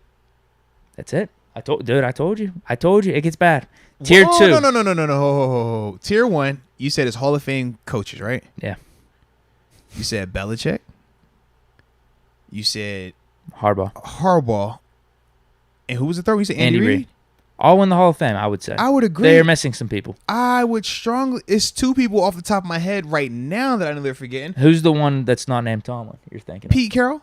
Yeah. Okay. Yeah, I put him. There's in that category. There's a third I put in there too. Who you going with? Well, you'll see where he's ranked here. Okay. Number 4. This is a tier 2. Good coaches. Number 4, Cliff Kingsbury. All right. Okay. I'm gonna just see where we're going. 5, Pete Carroll. So we got Kingsbury and Pete in this. 6, Matt LaFleur. 7, Kyle Shanahan. 8, Mike Vrabel. 9, Frank Reich. 10, Mike McCarthy. Hey, son, you're forgetting a name that I have not heard. 11, Sean McVay. Bro, what? What? Tom, is that in order? Yes. They have the dudes that he just routed. Sean McVay 11th on that list, and you have Matt LaFleur at what was it 6? 6? Well, not even that. Kingsbury and Shanahan, the dudes that he routed on the way to a Super Bowl championship last year. What success has Kingsbury had in the NFL that holds a candle to what McVay has done? He lost a playoff McVay's game been to last 2 year. Super Bowls, won 1. Yeah. Come on, this is their list, bro. This is whatever model they're using, spitting out this bro. shit. And this is, you said since 2011, McVay done went to 2 in the past 4. 2 in the past 5 years. Well, come on, bro. Brandon Staley at 12. 1 season. Coached 1 season and missed the playoffs. Mike Tomlin right now, bro? Mike Tomlin's at 13. Yeah. Mike Tomlin made the playoffs last year. I mean, if you want to go off 1 season, Mike Tomlin made the playoffs. The past 2 years. What are we talking about? We're not going to. I know. I'm just saying Brandon Staley only coached 1 season. Mike Tomlin's last season, the one that Brandon Staley coached in, went to the playoffs. Brandon Staley missed the playoffs. He missed it. Yeah, you're right. They lost to Raiders. Yeah. I didn't even go past 13, but you want me to keep going with this list? Yo, go ahead. It's making my head hurt, bro. 14, Nick Sirianni. This is average coaches, tier 3. So 15. Nick Sirianni is only one spot behind Coach T according to this list. 15, Doug Peterson. I put him in the top 10. I would as well. 16, your boy, Sean McDermott. That's a little disrespectful. He is low. That's He's a little been to two disrespectful. AFC. He's been Average to coach. Time out. They said average coach. He's been to 2 AFC championship games. He's been to one AFC championship game, the divisional round twice. Yeah, and he has a wild card under there. But he has multiple playoff wins in multiple seasons. And once again, he's behind Brandon Staley. He went further in the postseason than Matt LaFleur's been. Yo, what? Am I tripping? What? Bro, y'all gotta stop this. Lovie Smith at 17. How they pulling his data out here? Exactly. He ain't coaching. Hold on. Since 2015, it says. 2015's Where last was time he he in coached. 15? Was he in Tampa? No. Unless you're talking his collegiate ranks. Yeah, because he was in Illinois. I don't know where he was. He was definitely in college after he left Tampa. They don't say. It just says head coach of an NFL team since 2015. Ron Rivera at 18. Kevin Stefanski at 19. 20, Arthur Smith. I'm sorry. Okay. 21, Todd Bowles. 22, Zach Taylor. 23, Dan Campbell. Time out. Go back to Zach Taylor. No. You're talking about Zach Taylor of the Cincinnati Bengals, correct? Yeah. The Zach Taylor that just took his team to the Super Bowl, correct? Yeah. That Zach Taylor, right? He's only been coaching, 3 years now? Is it 3 years? 2. I think This will be 3, right? I think his first one was with Burrow, his Burrow's right? rookie year. Last year No. He had the tank the season. Ryan Lindley. Okay, had so the he tank has. season, So this too. would be year 4 then. He's been to a Super Bowl. Just last year he was in the Super Bowl, correct? Yeah. And they have him where on this list? 22. Yo. PFF, bro, they could do it. Damn. Dan Campbell at 23. 24, Matt Rule. 25, Dennis Allen. When did he ever coach? He was he Washington for a little bit, right? Oakland from 2012 to 2014. No. And because he's in New Orleans now. Yeah. That's what it is. Yeah. And then Robert Saleh with the Jets at 26, the last spot. Wow. The Sean McVay one at 11 is absolutely egregious. Read what they said about Coach T and read what they said about McVay. Do they have any write-ups, any reasoning behind this? Yes, because Tomlin. If this list were to consider how well a coach manages a team off the gridiron, Tomlin would undoubtedly be in the top tier. His defenses have been consistently strong, but he suffers in these rankings due to having one of the highest-paid quarterbacks in the NFL throughout his head coach tenure lead his offense without consistently elite results. How do you gauge that? Listen. What? Listen. So we ain't have an elite offense under 7? No, I think he is saying that. Bro, what's elite? It was a good offense. He had a Hall of Fame quarterback. He said it wasn't elite results though. Right. Which I think needs to have some context because I would agree. Fitzgerald Toussaint fumbling in the AFC divisional was not Tomlin's fault. The injuries to AB, Bell, Shazier, yeah, I would agree. all that stuff is not Tomlin's fault. We had some very bad luck during the Killer Bee era. That is just crazy that they have him rated so low. All right. It's egregious. And what did they say I mean, about he got to be in the Hall of Fame tier. I would agree with that. He's either 3 or 4 in my book. I would agree with that. And you know who else I'm putting in the Hall of Fame tier? Who? You said Pete Carroll. I agree with you there. Mm-hmm. Sean McVay's already in. Why not? He's already in. Why not? I'm sorry. He's in there. Bro, he should be in that top 5. Bro, he's been to 2 Super Bowls, 1 in the span of, 5 years, 4 years? That's the reason why I look at Pete Carroll the same way. I'm like, bro, when you do that, you have them back-to-back, multiple, that close. Yo, and at the time, y'all did it differently than the other people were doing it. How Pete Carroll did it was different during that time when he did it with Russ. And then how McVay has done it has been very different than how you're supposed to do it in today's NFL and stuff like that, man. Like, that matters. That's, wow. Kingsbury at 4 is egregious. Bro. He should be in the teens, and probably. Sean McDermott, that low is egregious to me as well. I think he should be top 10. I put McDermott in like that where they have Tomlin in that category. I put him in there, and I'm putting McVay, I'm putting Tomlin, and I'm putting Pete Carroll in the Hall of Fame category, man. Yeah. After that, I'd probably put Vrabel in the top for good coaches. Bro, what did they say about Cliff Kingsbury for him to be that high? Okay. Outside of quarterback and receiver, Kingsbury has not had much to work with in terms of offensive talent in the desert, yet he still managed to make the offense hum.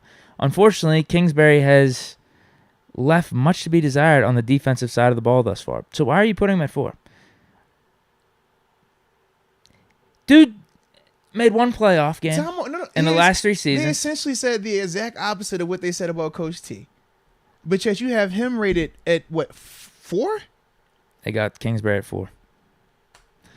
Listen, just the fact that he went 5 and what was it, 11? I think in Murray's first season, his first season there, 5-11, something like that.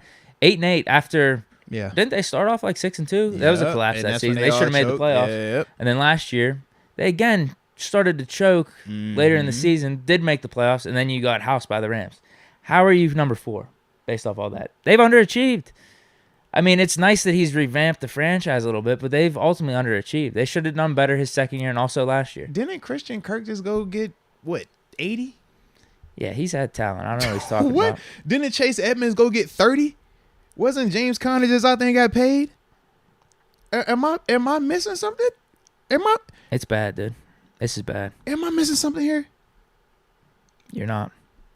Wasn't David Johnson there his first year as well? I don't know. I feel like I'll give him slack on the first year. I'm just saying, bro. Like I don't. Defensively, you've had Chandler Jones, you've had Pat P, you've had Buda Baker. You brought in, was it Isaiah Simmons? You had T. Sills for a little bit. No. T. Sills was there. Was he there with him during that time? I don't know. I don't know if it was under him or not. That would have been 2019. Yeah, I don't know if that was under him or not. But still, bro. I'm with you. I think you got to bump up Peterson, bump up McDermott. Maybe you have Zach Taylor a little bit higher in the teams or something. Where's Pete Carroll on the list? 5. Oh, okay. That's not too bad. So he's in there. So you could even keep him at 5. Just change the Hall of Fame tier up a little bit. Yeah. Put Tomlin in there. Have him at 3, 4. I don't know. Maybe you'd put McVay over Tomlin just because of the recent success. But right, because if you're talking about from 11 to now, sure, you give McVay the nod for recency. If you're talking just whole career, obviously it's Coach T. But based on the 2011 moniker, that's the part, like you said, where if you're going off of that, it's still Coach T has still had since 11, bro. He still has an AFC Championship game appearance in there. He still has multiple playoff wins during it because that counts the Killer B era. That's in that time frame. And us going 8-8 and almost making the playoffs with Duck and Mason. Whereas Kyle Shanahan, when Jimmy G goes down, they're terrible. Yep. Pete Carroll, whenever Russ went down, they were terrible last year. Yeah. So Tomlin even showed he can keep us in the mix pretty much throughout any circumstance, and I expect that to happen again this year. No, I would agree, man. So that's the list. It's, I mean, absolutely great. It's laughable, honestly. That's terrible, man. Any list, I don't care. Because PFF's all analytical and stuff. They want to do models.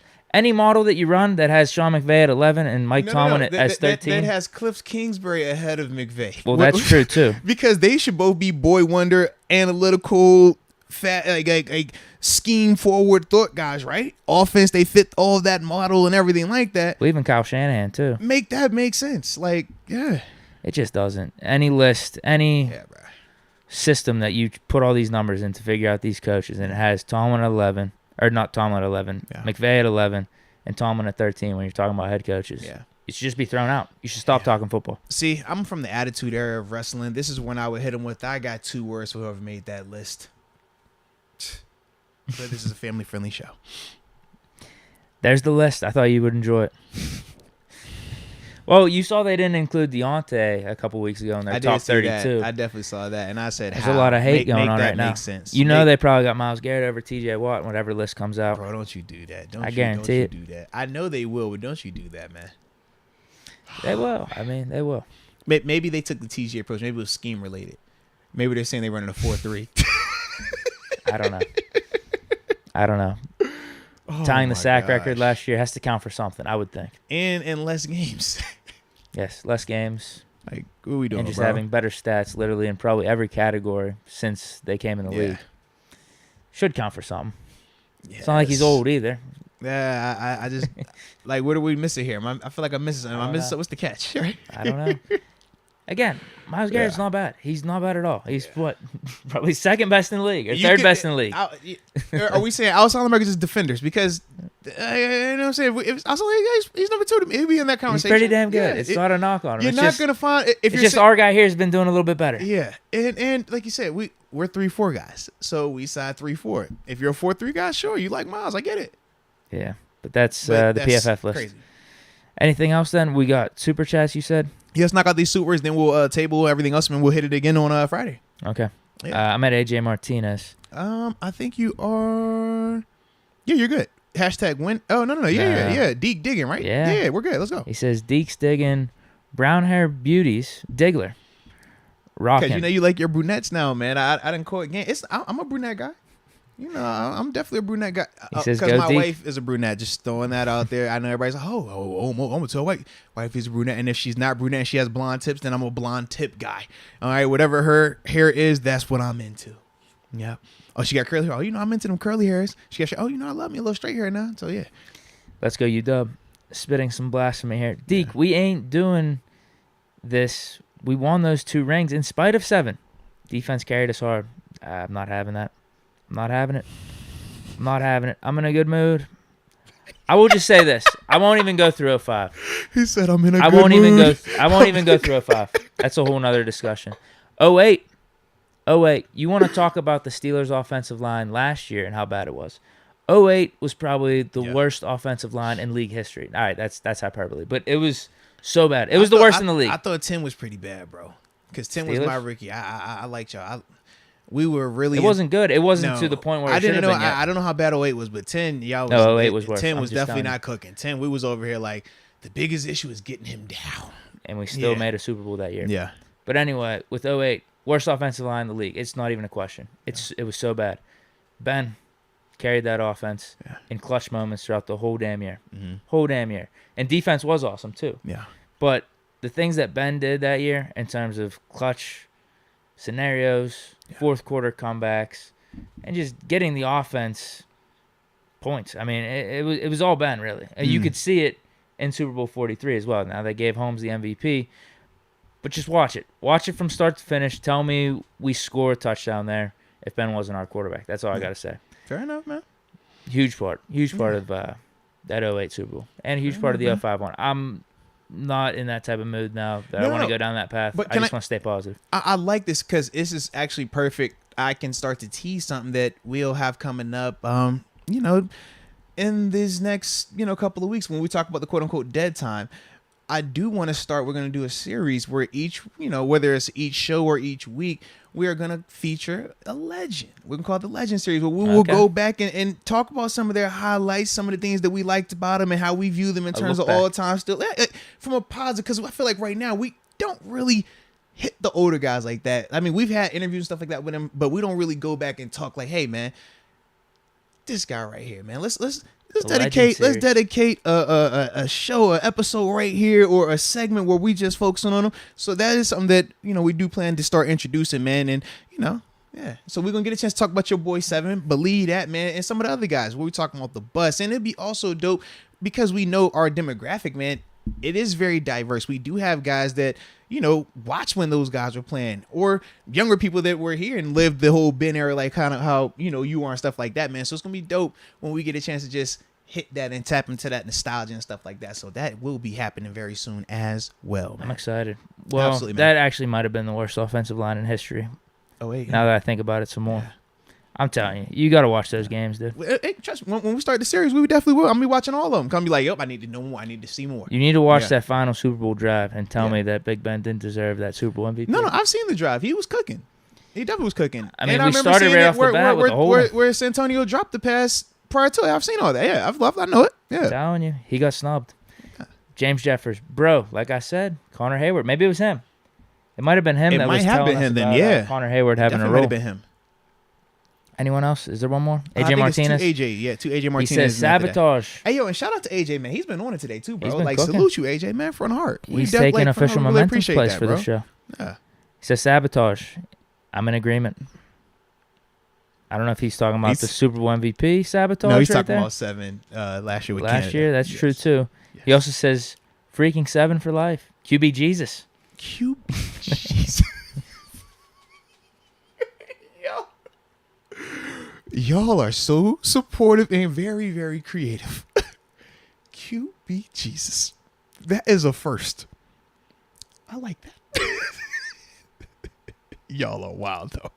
AJ Martinez. Hey, Moats. Our Friday nights for fighting in the streets. Uh-oh. Great Gonzos. Uh-oh. What does that mean? Trying to find someone?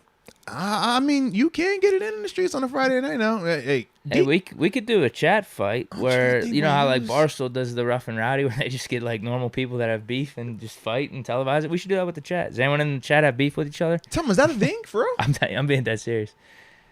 What? Yeah, it's just like normal people. It's down West Virginia. I mean, that kind of makes sense that they do it there. Wow. They do it every year. It's called rough and rowdy. Yeah. Bare knuckle or they gloved up? I don't know. I think it is glove though. I think it's boxing. Man, what? Yeah, just normal people sign up. I got beef with this guy, whatever it is. Oh, that's wild. They just fight it out in the ring. Wow, that's wild. You imagine that, bro? Say we get like Rod Dollar fighting the Brobarian. Oh, hey now. I feel like it's all love in the chat. I don't feel like anyone wants to beat That's each what I'm other's ass saying. right now. Yeah, I feel like I mean, Some people might want to beat my ass though. every once in a while, people do get a little, just when you be on your you know how you get it. Rod Dollars is ready, he said. Ooh, Rod said he wants smoke. Ooh, Brobarian said this in West Virginia and PA with gloves. John, is it Biondito?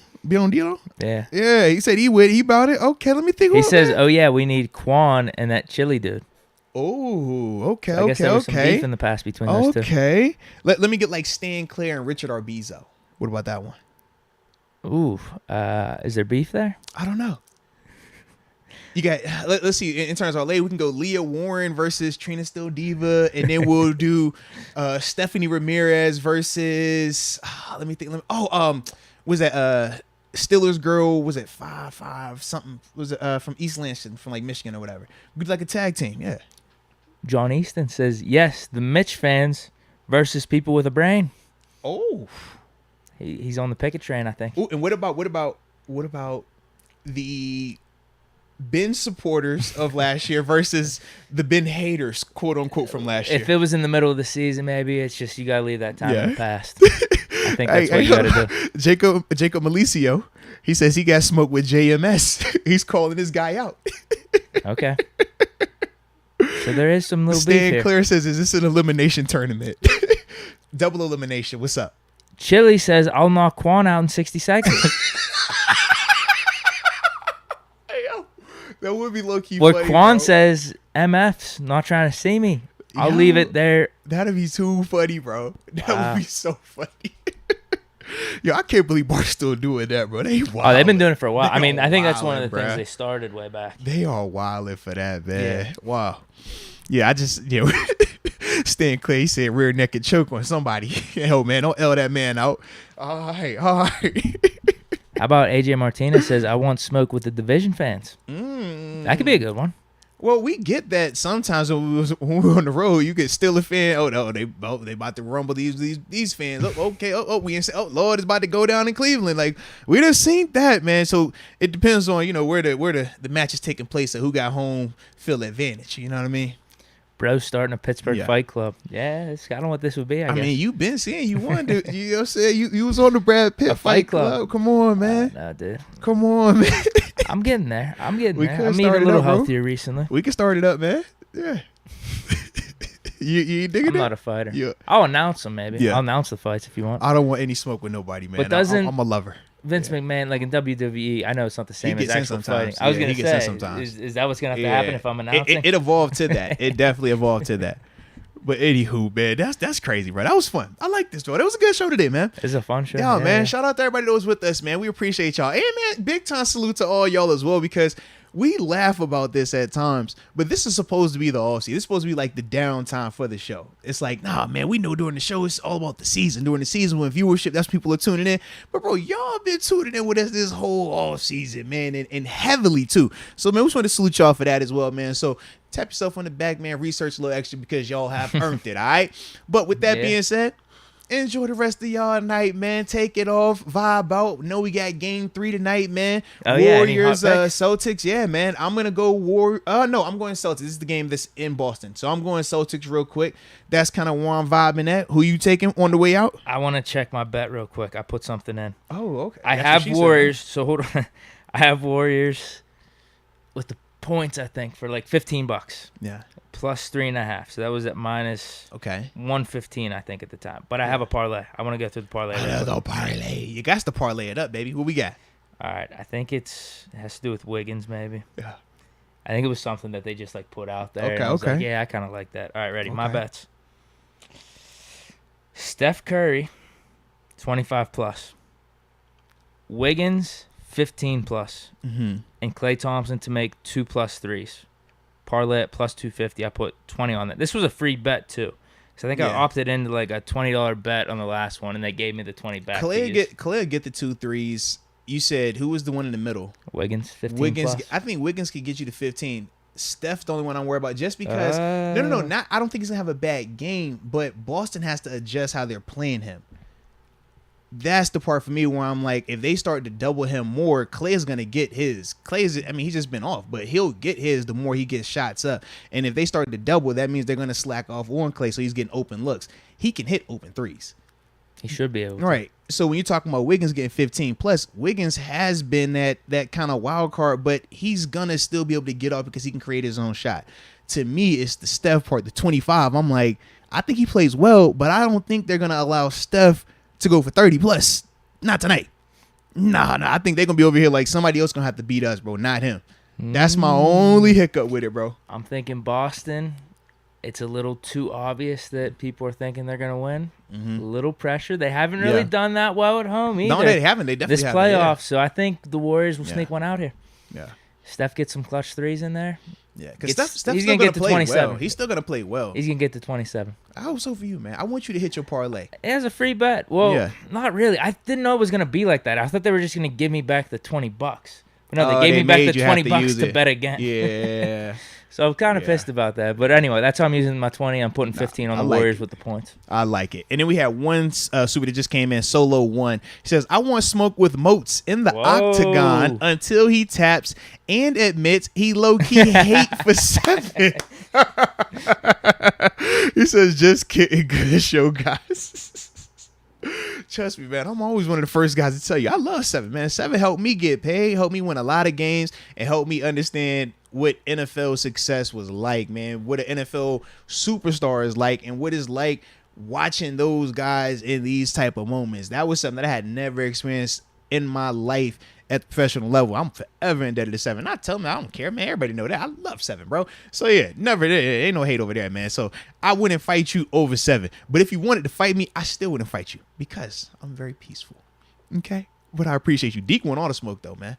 Deke said he weigh you out. No, I'm good. Say call him Dusty Rhodes. You know what I'm saying? All right. So with that being said, baby, now we're gonna get up out of here. So for those that did stay on, because I felt like when we said it initially, they was like, oh, peace. And it's like, oh, wait a minute. The delay. Oh, they're still here. So now, ladies and gentlemen, we are really getting up out of here because I do got to get ready to go upstairs and get my cook on. So love y'all. Appreciate y'all. And everybody that was with us, stay safe. And until next time, baby. Peace.